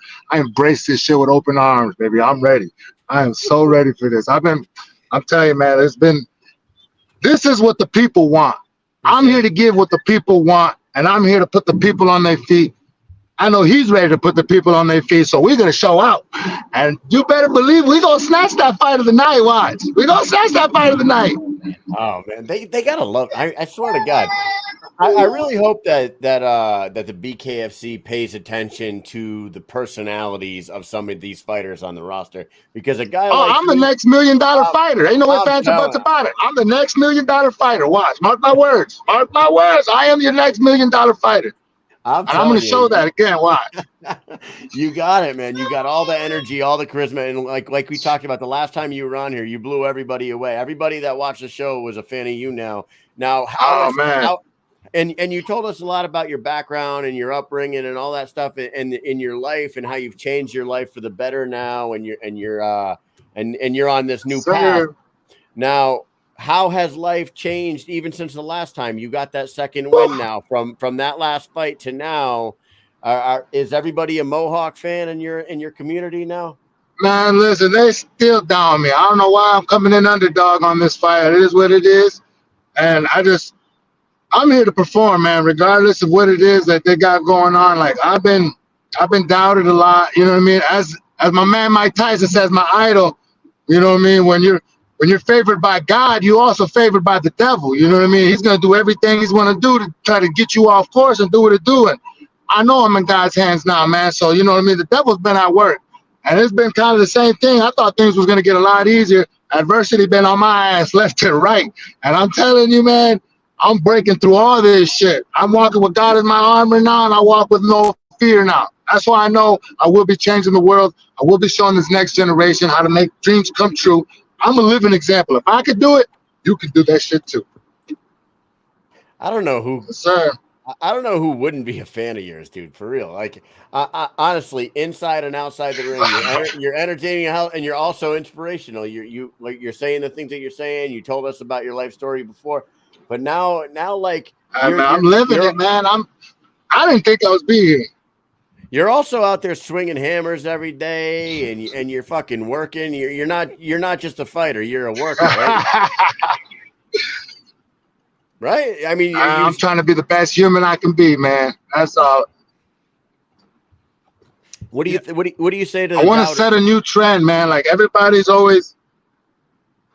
Hey, I tell them get their lazy asses the fuck off that keyboard and get their ass to working on their dreams. Find what you do best with the least amount of energy. Stop fucking with these other people. Go chase your own damn dreams, motherfucker. Damn. Leave us alone and let us be fucking prosperous in what we want to do. Put some faith in something, man, and go chase it, yo. Chase it with a burning desire and just do not mess with anybody else's dream. Light their dreams up. Help support them coming up, because then somebody's going to come support you. I wouldn't be where I'm at now without my fans and friends and family. And I know the people that support me have gotten me this far, and that's the ones that fuel the gas to this fire. And I'm not stopping at all, because I got a whole state behind me, and now I've got the whole nation that's backing me up. And I'm starting to see this is a lot bigger than me now. As I said, I got God walking with me now, so it's going down. I let go of the wheel a long time ago, man. With that first BKFC fight, I let go of the wheel. So I'm going. Balls to the wall, baby. Let's go. We're going in armored tank, and we're blowing through all of this. Ain't nothing stopping me. Watch. Nothing's going to stop me. Mark my words. We're going to change the world, baby. We're going to change the world. Is this how you envision yourself at the end of the fight right here? Is that? Let's go. That's my Muhammad Ali picture right there. I was telling them I need it. Where'd you do this? Is this AI? Did somebody make this art for you? Man, my coach actually got it done for me, man. Like he ended up getting it done. He was telling me about because I was telling him I want that Muhammad Ali, Mike Tyson, Bruce Lee kind of mindset, that characteristics, and like this is what I've always dreamed of, the gladiator stuff, the being in there, watching the gladiator movie, Russell Crowe handling business and all. I strive for that kind of stuff, man. Like even now, we're the modern day gladiators, man. If you ain't ready to go out there and die, what are you doing this for? You know what I mean? Like I'm not gonna lie, a little bit about the money just for the fact bills ain't gonna go nowhere, you know what I mean? So I gotta pay the bills, and I'm here to show this is just more than the bills down, you know what I mean? Now I'm here to leave a legacy. you know, and I'm here to handle the business, and I'm here on a mission, and I'm here to set goals, and I'm here to set dreams and show that these dreams can still come true as long as you just set those goals and make them happen. Put the action, one foot in front of the other, one foot in front of the other. And we live in an example, man. We live an example, man. I feel it. I feel the energy through the screen right now, man. And I saw you posting shit this morning. This motherfucker's in the hot tub at 6 a.m. Yeah. And he's like, feeling at 6 a.m. He's like, I'm feeling good. I'm on weight. I just got done training. And I hear you say that. I'm like, he just got done training, and he's sitting in a hot tub at 6 a.m. This fucking dude's been up since 3:30 in the morning. What time? What time's your day start? Man, listen, I try to beat that sun every day. Sometimes I get it, sometimes I don't. You know what I mean? It is what it is. It's hard sometimes in these streets, man. It's a lot of people don't understand, man. It's like if you really want it, you got to take that one step ahead, man, and you gotta do something that the other people ain't doing. Compounding, one day at a time. I try to get my ass up in the mornings. It's so difficult sometimes. It's a hit or miss. So I mean, don't expect it every other day or every week. You know what I mean? I'm grinding, man. I'm locked in. I'm doing everything I can to be able to show the world that I am going to solidify my position as one of the greatest fighters that's ever touched this square circle. Yes. Man, Mike and I talk about it a lot. We talk about the state of the BKFC and the state of the different weight classes. And we talked to Jomi about it earlier tonight. The 205 division needs new blood. They need new energy pumped into that division because Lorenzo Hunt has damn near fucking wiped out everybody. And he's going to fight Chris Camozzi, and that is fine. That's a great fight. We like Chris Camozzi for sure. But after Chris, if Lorenzo succeeds in what he says he's going to do, and he beats Chris Camozzi, there's really nobody left. And now we need new energy. We need new guys like yourself in there firing that fucking division up. And Chris Camozzi's getting himself a title. Your savior is here, baby. Your savior is here. I'm here to stay. Let's go. There you go. What I was going to follow that up with, couple more fights. You could be in that conversation to be right up in that top of that division because it doesn't take too many wins right now. The division's so young. And it has so many new fighters in it. 2, 3, 4 wins. You're right there at the number 1, 2 position. You know what I mean? You're right up there. Listen, I came in here with the mindset that I'm going to take every single name out in front of me that's in this division. It doesn't matter who it is. I don't matter who got the belt. That's vacant. That's my belt. I don't care who got it. If I got to jump up another rank too, you know, another weight class, it is what it is. You know, I'm really a heavyweight. I ain't never been to 205 like this till I jumped into the BKFC. Really, like, this has been like my first time really playing around in these weight classes. So, you know what I mean? I don't even really know my true potential with this. So that's why I'm saying there's nothing that's going to stop me. I don't see no problems coming at me so far. Lorenzo, he's got the same kind of mentality, the dog mentality. So I know that's going to be one of the most savagest fights that BKFC's ever had. Ain't no ifs, ands, or buts about it. If we were to step in, if he was to take that challenge, of course. And I respect him because he's doing his thing. You know what I mean? He's a savage respects a savage. And it is what it is. But if he's got that belt when I'm coming for it, you best believe I hope he's working harder than what he's been doing now because I got something for that ass. For whoever got the belt, and it don't matter who it is, I'm coming for them all. Everybody and anybody can get it. Yes, sir. God is my witness, and God is my protector, and God is my armor. And I'm going to handle business on his behalf, and I'm here to make sure that everything these kids are doing now are actually going towards something that they should leave behind as far as like a legacy or for their next generation or for their family. Like, I want to show these guys, man, like, it ain't just what people been telling them, the 9 to 5, that this, you know, you got to do this and you got to do that. Like, no, find what you do best with the least amount of energy. Go chase that dream, man. We're in America, baby, where anything's possible. You know what I mean? I love it. Sure. Just do it, man. Just like Nike says. Just land do of it. the free, baby. We here because the veterans done did what they did, and we wouldn't be here without them too. So, you know, we out here handling business for everybody right now, as far as like leading for the next people to kind of chase what they should be chasing to leave for our next generation behind that too. You know. I love it, man. Hey. You could be a motivational speaker for sure. You could get out there. Man. You could get get new Tony Robbins. Yeah, nah, I don't know about that, but like going around the high schools and shit and speaking some fucking talking some smartness into some of these dumb kids out here. Hell yeah, I talked to a couple of them little chimichangas, man. I got in a stack of letters one time, man. When I went into prison, unfortunately, when I was younger, I made some bad mistakes, and I paid my dues, and I had to learn the hard way. About this the last time you were on here. Yeah, man, I had to learn the hard way, man. And I came out and I got to talk to some kids, and I let them know my story. Like, listen, man, regardless of what it is. And at that time, I was still kind of being a little selfish because at that time I was still kind of trying to fight for money and stuff like that. So I wasn't on this mission. I was still a lost kind of independent fighter and still just kind of trying to spread my story. And like, I wanted to help the people, but it's like now I didn't really know what I wanted to do. Now I'm locked in. I know exactly what I'm here to do. I know what I have to do, and I know how I'm going to do it. And then BKFC, I'm so grateful because they gave me a platform because this is my world. Ain't nobody going to take me from this. I was born for this shit. And nobody's going to be able to tell me different. I'm going to show them August 25th. And then the next time they throw me in there. And then I'm going to show them the next time they throw me in there. And as soon as they knock them back up, I'm going to knock their ass the fuck down again too. And if not, like my man Gogo said, baby, it's a do or die, baby. You either go kill me or we going to have some fun. Shit. You know it. Hey, and you know what? I got an idea, and Mike's got it right here. Mike, you got it ready to pull up. I do. Now on this next fight, you're no longer. You look at you way down there in the prelims. Yeah, way down there, chimichanga, man. You're way down there in the prelims, but you know what? We got this poster, and it's signed by all the fighters on that card, and we want to give that away to an audience member right now. What we've been doing lately is we've been asking the fighter that's on the show to come up with something. It could be as simple as what's your favorite color, what's your favorite anything it you can come up with. Literally anything.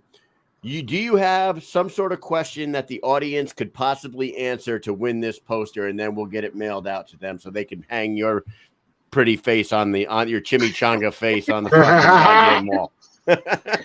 I got a question. What you got? When everything starts to fall apart when everything starts to fall apart around you, what should you do? Oh, that's too deep. That's too deep, my friend. That's too deep. Maybe a little too deep. Do like maybe something that's like one or two words. I got you. Okay. All right. So oh man, there's so many questions running through my mind right now, man. Yo, somebody answered, and I'm sure that the answer. Kevin Smith said God. TJS Laxon said pray. Man, taking that one step, man. You just gotta take that one step, man. It's just one step. One step, man. So let's go with an easier one. I got a variety of questions, man. You trying to hit an imagination that's ready to spill out on the world, man. They don't know what's in my mind yet, man. You're gonna have some crazy answers. You give me a crazy question, I'll tell you that. I can't imagine how long people be trying to guess that answer for. Hey, I'll tell you this, man. How about you give me some questions and I'll give you some damn good answers. I'll tell you that. All right, well, let's do this. How about this? Let's do this. Kyle's coming up with something now, right? I'm coming up with one. Esteban Mohawk Rodriguez made his debut in MMA, which was a loss. Right? We're gonna say it was a loss to you got injured. Did you get injured in this? Don't say the answer. Kyle, okay. Don't coax him into saying the answer. Just no. Don't say the answer. Who did he fight? Who did Esteban Rodriguez lose to in his debut fight when he lost because of a foot injury? Who is it? Come on. Ooh, that's a damn good question. Yeah. That's a damn good question. Get on the goddamn Google machine and find it. What is his pro debut? You're going to win this poster signed by all the fighters, including Mohawk himself. We need the name. We need the name of his opponent. Courtesy of Extreme Bare Knuckle Fans page. Hey. Wrestling Country. Oh, we got a winner already. We already got a winner. Dickman Dickelheimer. That's a real person that watches the show. I don't That think is that's a a real real person, one. but that's it. Look at that. Dickman Alejandro. Dickelheimer. Ah, yeah, he got it. He got it. He got it, man. That's fucking Santiago. Hey, that was one of Chicago's best at that time too, man. He was coming in fresh. He was knocking people out too, left and right, man. And like I remember the commissioners told me, they were like, "Hey, man, we're tired of seeing you knock people out. We're tired of seeing that 30 seconds. And give us a little show." And my dumbass, all right, I see what I can do. So I'm in there fucking playing around with my fucking food. The next thing you know, I spread that swelling over my foot, and I'm like, fuck. I got to use this now so that way he doesn't know it's injured. And that way, if I use it, he's not going to know. And the more I kept using it, the more I kept fucking it up. And I was like, I finally kicked him in the face, like farther in the round. And I felt like my toe, the skin separated from my muscle, and like the toes exploded out. And like when I stepped down on the ring and like I was trying to compose, like the bottom of my foot was like on the top of my foot. Like my toes were like completely like on top of where my fingernails should be at, and like, or my toenails should be at, and it was a tough. I was ready to continue, man. I was gonna finish the fight right there. When right after that next bell rung, I was gonna get in and finish the fight. But that's gotta, you know what? That's gotta like really hurt because and this dude Alejandro Santiago. I hope you're not proud of that win because this dude lost because he kicked you too many times. You know what I mean? Hey man, we were having fun, man. It was a good time, man. It was a damn good time. And I have to say, dude, I fought compartment syndrome on that one, and that was a brutal battle. That was a brutal battle. I can say, I mean, if there was any moment that a man can say, I know what pregnancy feels like, that leg injury most definitely was about as close to pregnancy as a man could probably feel, dog. Like for real, for real. I've never felt anything like this in my entire life. I had my fucking toe rotator cuff. I had 2 cracked screws with my clavicle in that motherfucker with the bled bones, and so they can fucking merge together. And the bones and the screws got cracked, and I had to rehabilitate that bitch myself. And I thought that was hurting pretty bad. My foot, fuck, that blew that out the water.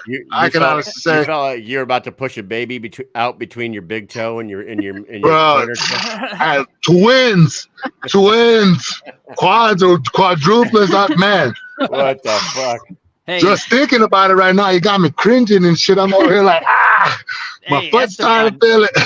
You're getting co-signed by a pretty heavily skilled fighter in BKFC right here. Tony Loco Soto says this dude Mohawk is a problem. Yeah, you better believe it. Now, hey, they don't know. Brooklyn's finest over here, giving you. Hey man, hey my man Soto, you know he a savage. I look out to that man too. Yeah, dude, all of his fights, bro. He's a savage, bro. I box with him heavy too, yo. You gotta look down to look up to him, but it's fine. Man, hey, I'll be looking up at the people I be fighting shit too. I thought I was big till I stepped in the ring, and I'm like, what the fuck? I gotta fight. They do exist. I was like, fuck, man. Oh man, I'm telling you. Hey, Mohawk, you have some of the best energy we've ever had on this show, and I mean that from the bottom. Oh man, thank you, man. You're a great guest, and we're gonna end it with one quick thing with you. We've been asking top 5s with everybody today. What is your top? Shit. This is gonna be. I feel like you're gonna have some good answers. But what are your top 5 things to do outside of fighting when you're not fighting? Woo! What are your favorite 5 things to be doing? Building some shit. Building some shit. Fucking digging some shit. Shit. Yeah, got it. Smoking some shit. Okay. All natural. All natural. I don't smoke none of that cigarette shit, none of that nicotine bullshit. I don't fuck with any of that chemical shit. Build shit. I love my meditations. I love my meditation, my symphony shit. You know, my music. I love my music. I be raving my ass off over here. Yes, sir. And I love spending time with my family, like exploring with my family, man, like hiking and stuff. I love the outdoors, man. You gotta tap into Mother Nature. Okay, so let me go back over this. Okay, I've got building shit, digging shit, smoking shit. We've got musical shit, family shit, outdoor shit, and then we have meditation shit. Yeah, that's what's up. Oh man, Don't even get me started. I get this list going. Some more. I keep it going, yo. I fucks with it all. I do roofing. I do masonry. I like can get the digging ethical shit, hack. too. I can't lie. You know? It's pretty good too. Yeah, hey, Start my I'm gonna day drop off a real couple well. extra pounds so I can have me a salmon fillet. You know. Yeah, fuck with some salmon shit real quick. Oh yeah, that salmon shit. I fucks with the salmon shit. Oh man, Esteban, That's thank what I you so tell much. people, man. I tell people all the time, man. Listen, I know people always like, oh, how are you a God, man? And you this and that, cussing. Like I said, fuck all that. I built my own relationship with God, and I know that I can't explain some shit that's happened to me, but there's a lot going on, man, that I can't explain that I know is the man above and the creator. So regardless of what you guys be, thinking about me and this and that, I got faith, baby. Follow the God above, you know what I mean? And everything in your life is gonna happen. And exactly when it needs to, man. So I appreciate you guys and having me, and thank you guys so much. We're gonna lead this nation as best as we can. We're gonna try to get these little fucking chimichangas off that fucking TikTok, YouTube bullshit, you know what I mean? And show them what it is, and we're gonna get them out to nature, baby. We gotta get their ass into some beehives or something, you know what I mean? Like I fucks with the cow. Like I'm on the farm now. I'm about to start the farm life, bro. Like I'm ready to tap into something new now. Like I'm exploring it all, bro. I'm exploring it all. Dude, nobody can tell me shit because I am living this shit, yo. And excuse my shit. Jomi is watching, and he said that's some good shit. So, my man, fuck yeah, let's get some good shit going, yo. Fuck yeah, I fucks with him though. I like his vibes too, man. He's a good guy, yo. We're gonna put on a hell of a fucking show, no doubt about it. Yes, absolutely. Sir. And I think you pretty much just sealed it. But is there any last words before we let you go? Thank you so much for coming on. I think man, dude, all night, man. Man, I just want to say thank you guys. You know what I mean? Of course, thank the man above first and foremost, and all my sponsors that made this happen, all my fans and supporters. You know what I mean? Like all the guys. If you guys need any help with anything at all, or if it's just you need somebody to listen to, me and my family are here. We are here. Anything you guys need, advice, whatever the fuck it is, any kind of shit, we got you, baby, with the good shit. Oh, there it is, man. Thank you so much for coming on. Mike, you got anything else? Mohawk? Man, no, I think you said it all tonight. I cannot Let's wait. get it, baby. August 25th. Oh my God! Jomi Escoboza fights this man, Esteban Rodriguez, in Miami, BKFC 49. Ignore that. Hey, look at those savages. Look at those savages, man. Ignore that light heavyweight. That thing that says light heavyweight. Ignore that. It's a cruiserweight. Hey man, I'll jump down to the light heavyweight too. It don't matter what it is. I'll try. That's awesome, man. Hey, as always, it's been a blast talking with you, and we'll talk to you after the fight, all right? Deuces, baby. Later. Take it easy. Here he is. Wow. You know what, dude? I'm telling you, he might have the best energy. I mean, we've had 300 plus guests come on this show, and I don't know if we've ever met anybody that's a energizer like he is, dude. That shit is wild. Keeps going and going and going, and he's always got energy. As soon as he starts talking energy, you can feel the vibes. But Joe Ivy says, I wonder if he's ever in a bad mood. I'm telling you, he's fucking fantastic, dude.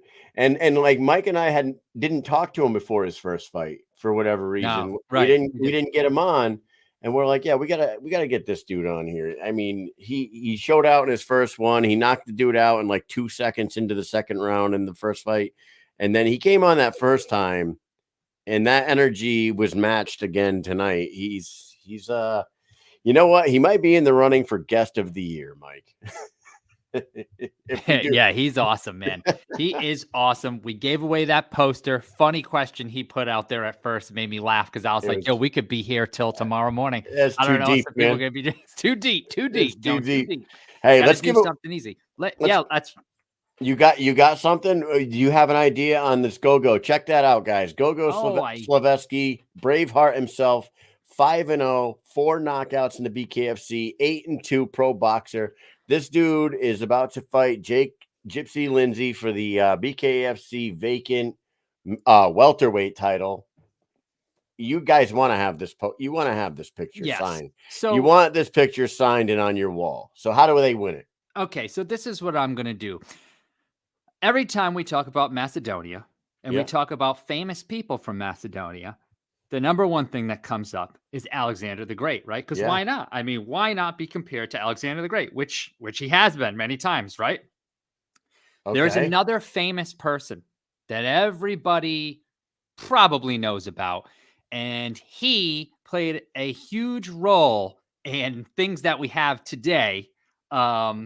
And especially recently, he has a car that's been named after him. Who is this person? A car? Who is the person I'm talking about that from Macedonia? Famous person. Name him now and win this poster. Oh man, that's a And tough I will, yeah. So you can get it though. It's a very easily Googled, a very easily Googled answer. So you will find it. It is not Alexander the Great, but however, maybe he would have done the same thing. So do you want this Gogo Slaveski? Oh, Chachi Versace with the answer. right off the rip. Right Tesla? off the rip, Nikola Tesla. He has it. He did it. Oh my Yes. God! Look at the second person to Yes. get now. Dickman Dickelheimer, yes. you already won one tonight, but you were the second person to get that in there. You were. Chachi Versace, you got yourself a Signed Gogo. signed poster. Gogo Slaveski. You guys can hang that up in Smith Brothers. That's right. Yeah. I think Kevin Smith wants that immediately. No. I think Russ and Country can save some money on On shipping and just on hand it shipping and just over. bring it to you. That's right. You meet halfway. That's what Extreme BK fans page. Get over there. Follow them. They're always posting all the latest stuff from all the fighters around the bare knuckle world. Fantastic. They even, man, if the fighter has a sponsor that they're putting out, they will post that. They will help people find sponsors. They will give away free tickets. They will give away free signed talking to us to give away on our show. They are awesome. We've hung out with them. We talk to them on a daily basis. Russ and Country, Extreme BK fans page. Thank you so much. Get over there, give them a follow. Get it done. I'm looking at this thing. It says, why isn't it widely known that Nikola Tesla was a Northern Macedonian? I don't know. Why is that? Hey, hold on a second. Hold on. Kevin Smith is Kevin Smith. Now, Kevin, do you want to come on right now and break news? Is that what you want to do? Is gonna come on and break some news. I'm gonna send him you see this right here? Look at that. Oh, dude, fantastic. I'm gonna send Kevin. I can't wait till I really actually have, instead of talking out of my ass about having a studio, and I have my studio put together, because look at that beautiful thing. If you can't see, it's a Mike and Mish logo with it's a lighted mirror. Mine is My right voice. downstairs right now. You know where it is? It's plugged in on my kitchen counter. Nice. Yeah. So It's everyone fucking- sees it when they come in. Yeah, I mean, I took it out of the box, I put it on the counter, I plugged it in, and that's where it stayed since I got it. Those guys are awesome as AF. Awesome AF. That's right. Absent-minded. Thank you so much. And Falcon, you guys are great. Thank you. I love this thing. I really do. I walk around the house and I just stare at this all the time. I trip and bump into things just because I'm always looking at it. Kevin, I just sent you a invite, and I want you to come on and break the news yourself. Break the goddamn news. Well, I got something to talk about while we wait for him. Yeah, go ahead, Mike. All right, so this week, a little bit of news here. So here's the fight we were talking about earlier that got changed. The Rosalinda Rodriguez versus Christina Christ. Now, that is the new main event, I believe, for BKFC Prospect Series. Rosalinda is a 13-0 pro boxer, so we'll see what happens there. I don't know too much about Christina, but that is the fight we were talking about earlier. But that is not what I wanted to talk about now. What I wanted to talk about is this. Christine Faria said, fight news coming soon. Nobody can stop me. Not on my worst day, pal. Not on my worst day, pal. That is a Ed Bassmaster. Yes. Oh shit, I love that. But who do we think she's fighting? I think it's Jade Mason Wong. I have no offense to Jade, but it just sucks that it sucks that Farida's just beating everybody, that she has to fight people who are kind of just on the come up here. Because I'd rather see Jade fight maybe two other fights. Beck again. I would rather see her fight Beck again. I would definitely like to see that. Beck was stopped due to a doctor stoppage. Yeah, that fight was getting real interesting. That was a really good fight. We have a surprise guest tonight who's going to come on here and break some goddamn news. Our guy down there at Smith Brothers Combat Sports. Is this the first time he's been on the show? No, he's been on before. He came on before? Yes, he has. I don't think he has. He has with me. Before you, maybe. This is me. Kevin Smith might not have been on since like episode 15. So let's get him on here. The man himself, Jackson Wink, Smith Brothers Management. Look at you. How you doing, boys? Where's our fireworks? We should have. Are you out there in Albuquerque right now? No, I just got home. I was up there, so nice. 100 degrees there, and it feels nice. And out here, it's just like swimming. Kev, I was just at a 1 month school at Cocoa Beach, and I'm telling you, man, that heat was different down there. It was like 100% humidity every fucking day, so it would be like 94 and feel like 108, 110. Yep. And it's like you walk out the building, it's like someone's got a hairdryer blowing right in your face. It's horrible, man. I've been here for I don't want Joe to know how old I am, so I won't say nothing. But she says, listen, hi, I haven't seen you since you've done. I'm proud of you, man. I'm proud of you. Get to sit by and watch you do this and go through, move up through the ranks, both of you guys. But I'm proud of you, man. Thank you. So, Kev, what do you got, man? I heard you got some news. What's going on? Yeah, so I've the whole merger that we did, Jackson Wink and Smith Brothers, is just blown up. Like we're not talking management, we're talking everything. I was out in Albuquerque with all the top people out there, and they just were literally saying, let's do everything we need to do to have a top training facility for bare knuckle fighters. And stuff that I can't share, that it's just this thing's going global. And if you're not a part of it, if you're missing out on bare knuckle fighting, bare knuckle fight championship, involvement in some way, shape, or form, it's like missing the advertisement for the UFC and being a part of that when it started.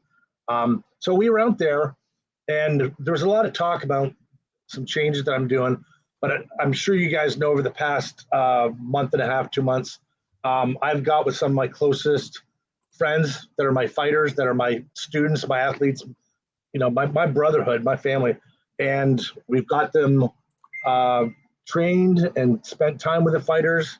And it was growing just too fast to where myself and a couple others couldn't handle it, And if I can't answer the phone 24 hours a day and respond to you and answer every question you have, then I'm not doing the fighter justice. So we built up our staff to about 12 agents and managers. And it's not just here. We just brought on somebody in the UK. We've got somebody in Brazil. We've got somebody we've got 2 people in Russia. We got several people in all areas of here. And names that you guys will all recognize. We're not ready to announce it. There's a couple guys that are working. They're both fighters. We know one, Roberto Armas. Yep, Roberto. He's working with you guys, right? Listen, I was so lucky to get a military guy that's my brother, that's my family, and that's got that same type of work ethic I had. But so many people are going to rag on this stuff, and they're going to come back, and I don't care. You know the way I am with guys. You know the way I am with my fighters, man. It's you take care of them, and no matter what, you do whatever it takes, and they are in your circle. So it's difficult for me to force people to be loving and compassionate and care that. But these 2 guys so far that I'm working with hand in hand right here, they get it. They've had me as their manager, and it's kind of allowed me to step back a little bit. I've got 3 kids, and I'm still going to be involved with everything, but the amount of time that needs to go into the growth and the new business and the development of this whole sport. I mean, I'm not obviously not the sport, but supporting the sport, making sure that everyone's getting everything they need. So, I'm still doing a lot of stuff behind the scenes.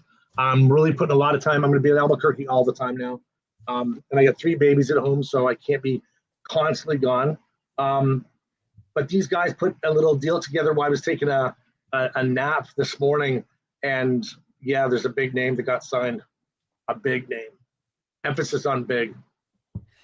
It's a heavyweight division. Why'd you give it away, man? You said big. You emphasized big, so we're thinking heavyweight. Yeah, definitely.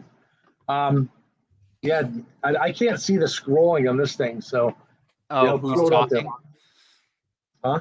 Are you saying who's talking? Oh, Yeah, I mean, Joe has asked you out like 3 times now, and you just keep ignoring the comments. Yeah, no. she said last chance, and you didn't answer, so Yeah, too bad. It's over. Yep. Peace out. Peace sign. Yeah, so I've known this guy since his name got introduced over here. I watched him fight across the pond. I initially was involved with his team to get him introduced to Dave. When he went into the weigh-ins, he had the Smith Brothers shorts on, and just to be the guy's the greatest guy in the world. He's like that big kind bear, but you get near him and he's going to maul you. And he really hasn't had the big chance to show himself. He's taken on some of the biggest names in bare knuckle. One through Asia, one through through I don't know, where's Ozarks? What's that? Midwest? Missouri? In Missouri. Yeah. So obviously Mick Terrell is now Jackson Wink. Where's that round of applause? Yeah, Where's yeah, it? there is. That's him, man. The round of applause. Yes. Yeah. Yeah, so he's a very well-spoken guy, nice guy, and I think I can't remember, but I think he was, when he first came over here the first time, he was sick. I don't know if he had COVID, like right? that. Yeah, and so he really didn't get the chance to perform. And now I don't know, again, I'm not really 100% involved in the day-to-day stuff of the news and where Belcher is now, but if Belcher's not ranked in BKFC, that puts Mick Terrell at number 1.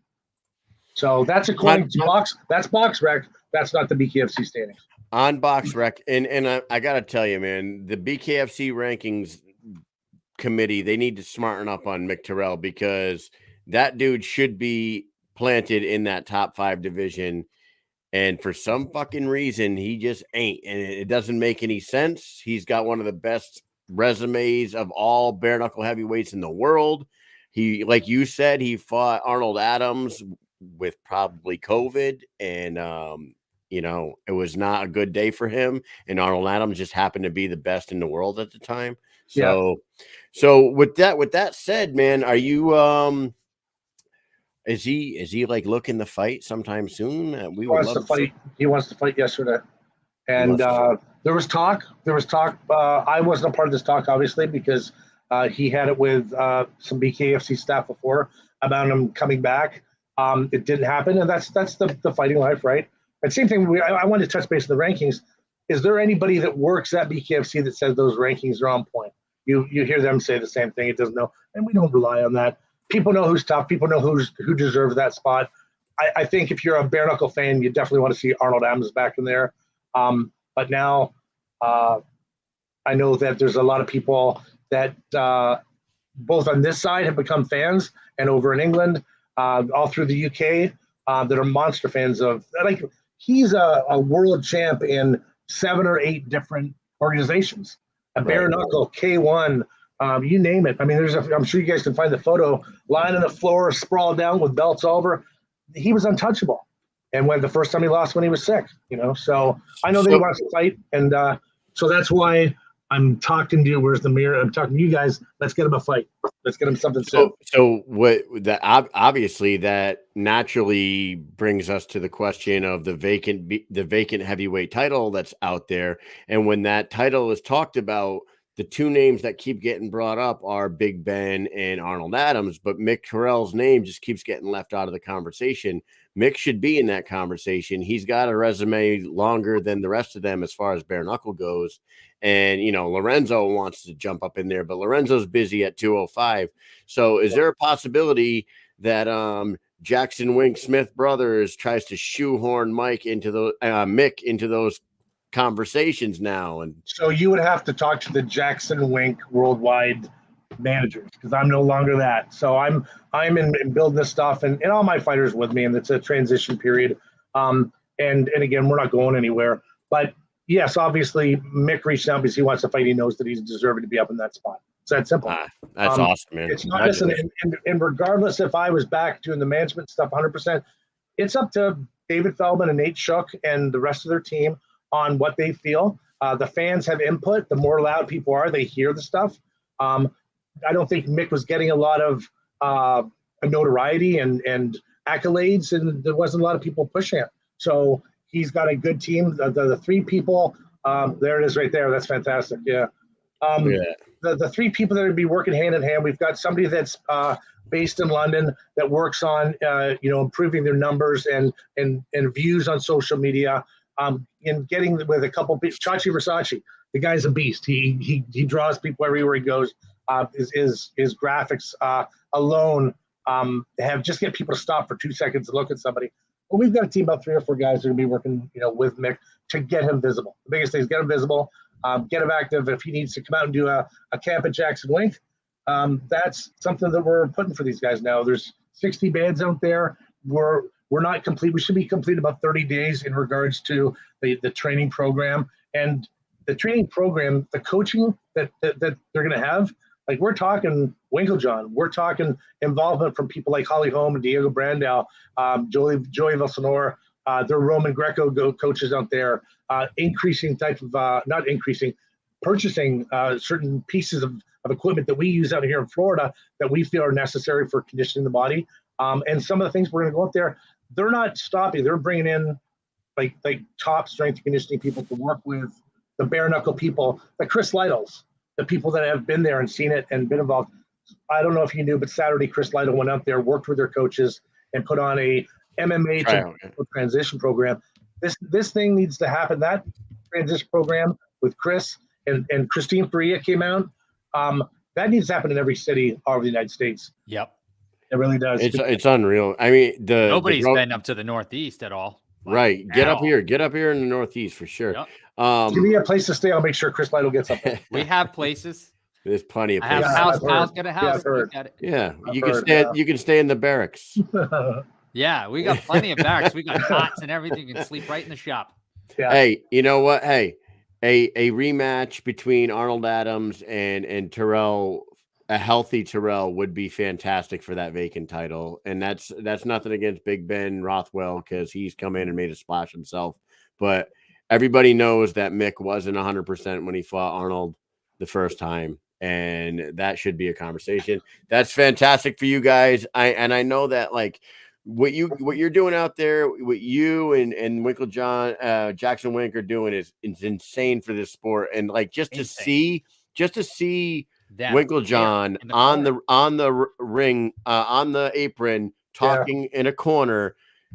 Fucking Winklejohn is cornering somebody in the BKFC. Yeah. He's one of the most well-known coaches in all of combat sports. And now, I mean, it's just another stamp of approval on the sport. And now with the new rules and like everything, it just keeps on growing, man. And you've been there since day one. Yeah, and here's the thing. And it was difficult initially for the MMA guys to cross over. They didn't like it. It's even tougher for a lot of the traditional boxing guys. Well, I've got another announcement that I can't do today that'll come out tomorrow from the boxing world. One of the biggest names in training and coaching. He's got dozens of world champions under his belt. He's jumping to get involved, and he's actually going to be one of our a satellite location down in Miami.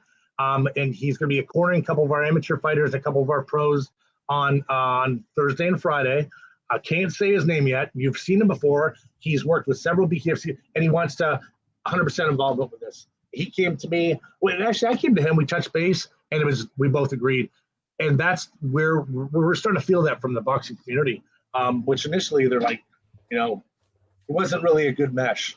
But yeah, so I wish I could sit here on this show for the next 7 days. There's so many different announcements that are coming out, and it's just it blows you away. Like you won't believe some of the stuff that's coming up. I have a guess, but Keith Thurman.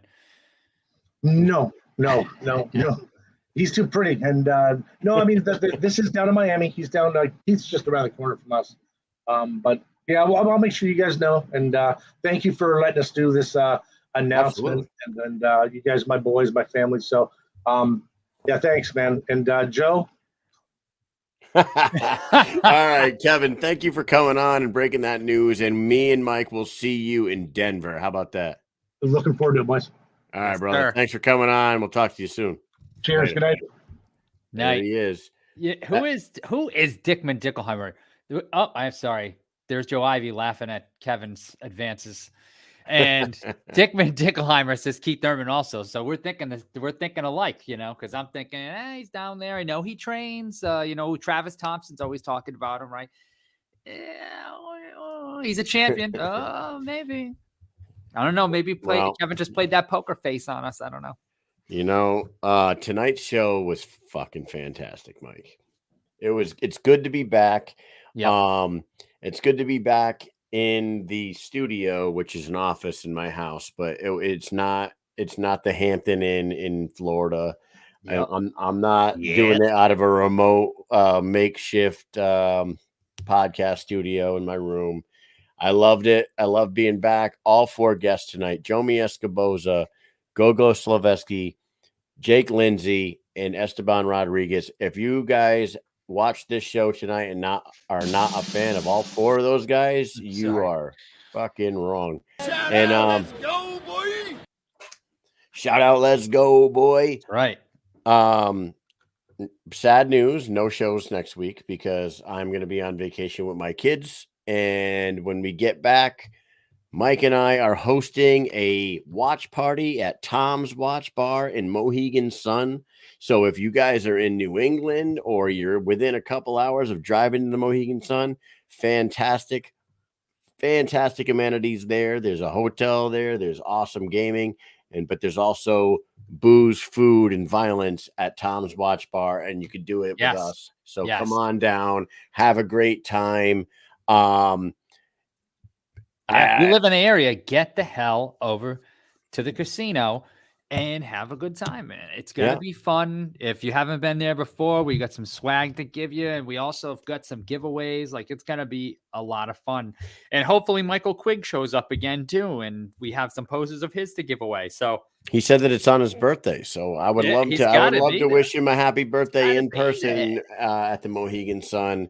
And thank you to Kevin Smith for surprise guest at the end there, jumping on here. And dude, congratulations to them and Jackson Wink, the Smith brothers. Man, I love that so much. That is amazing. That's a great you thing. You see him there, and then you see Carlos Condit too. Like, it's unbelievable. Oh yeah, Condit. That's right. Yeah, Condit was cornering. Who was he cornering? Was he cornering? I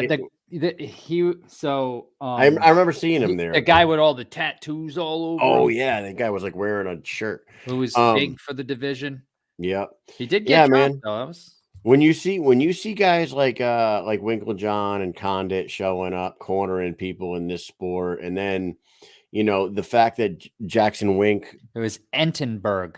Yeah, Jackson Wink Eric Gates built a little conglomerate with Smith brothers. Kevin Smith, one of those guys, has been there since like almost the beginning, maybe even the beginning. And if you guys don't know Kevin does so much for the entire production. Like he didn't just manage. He's fucking doing, I can't even start to list it.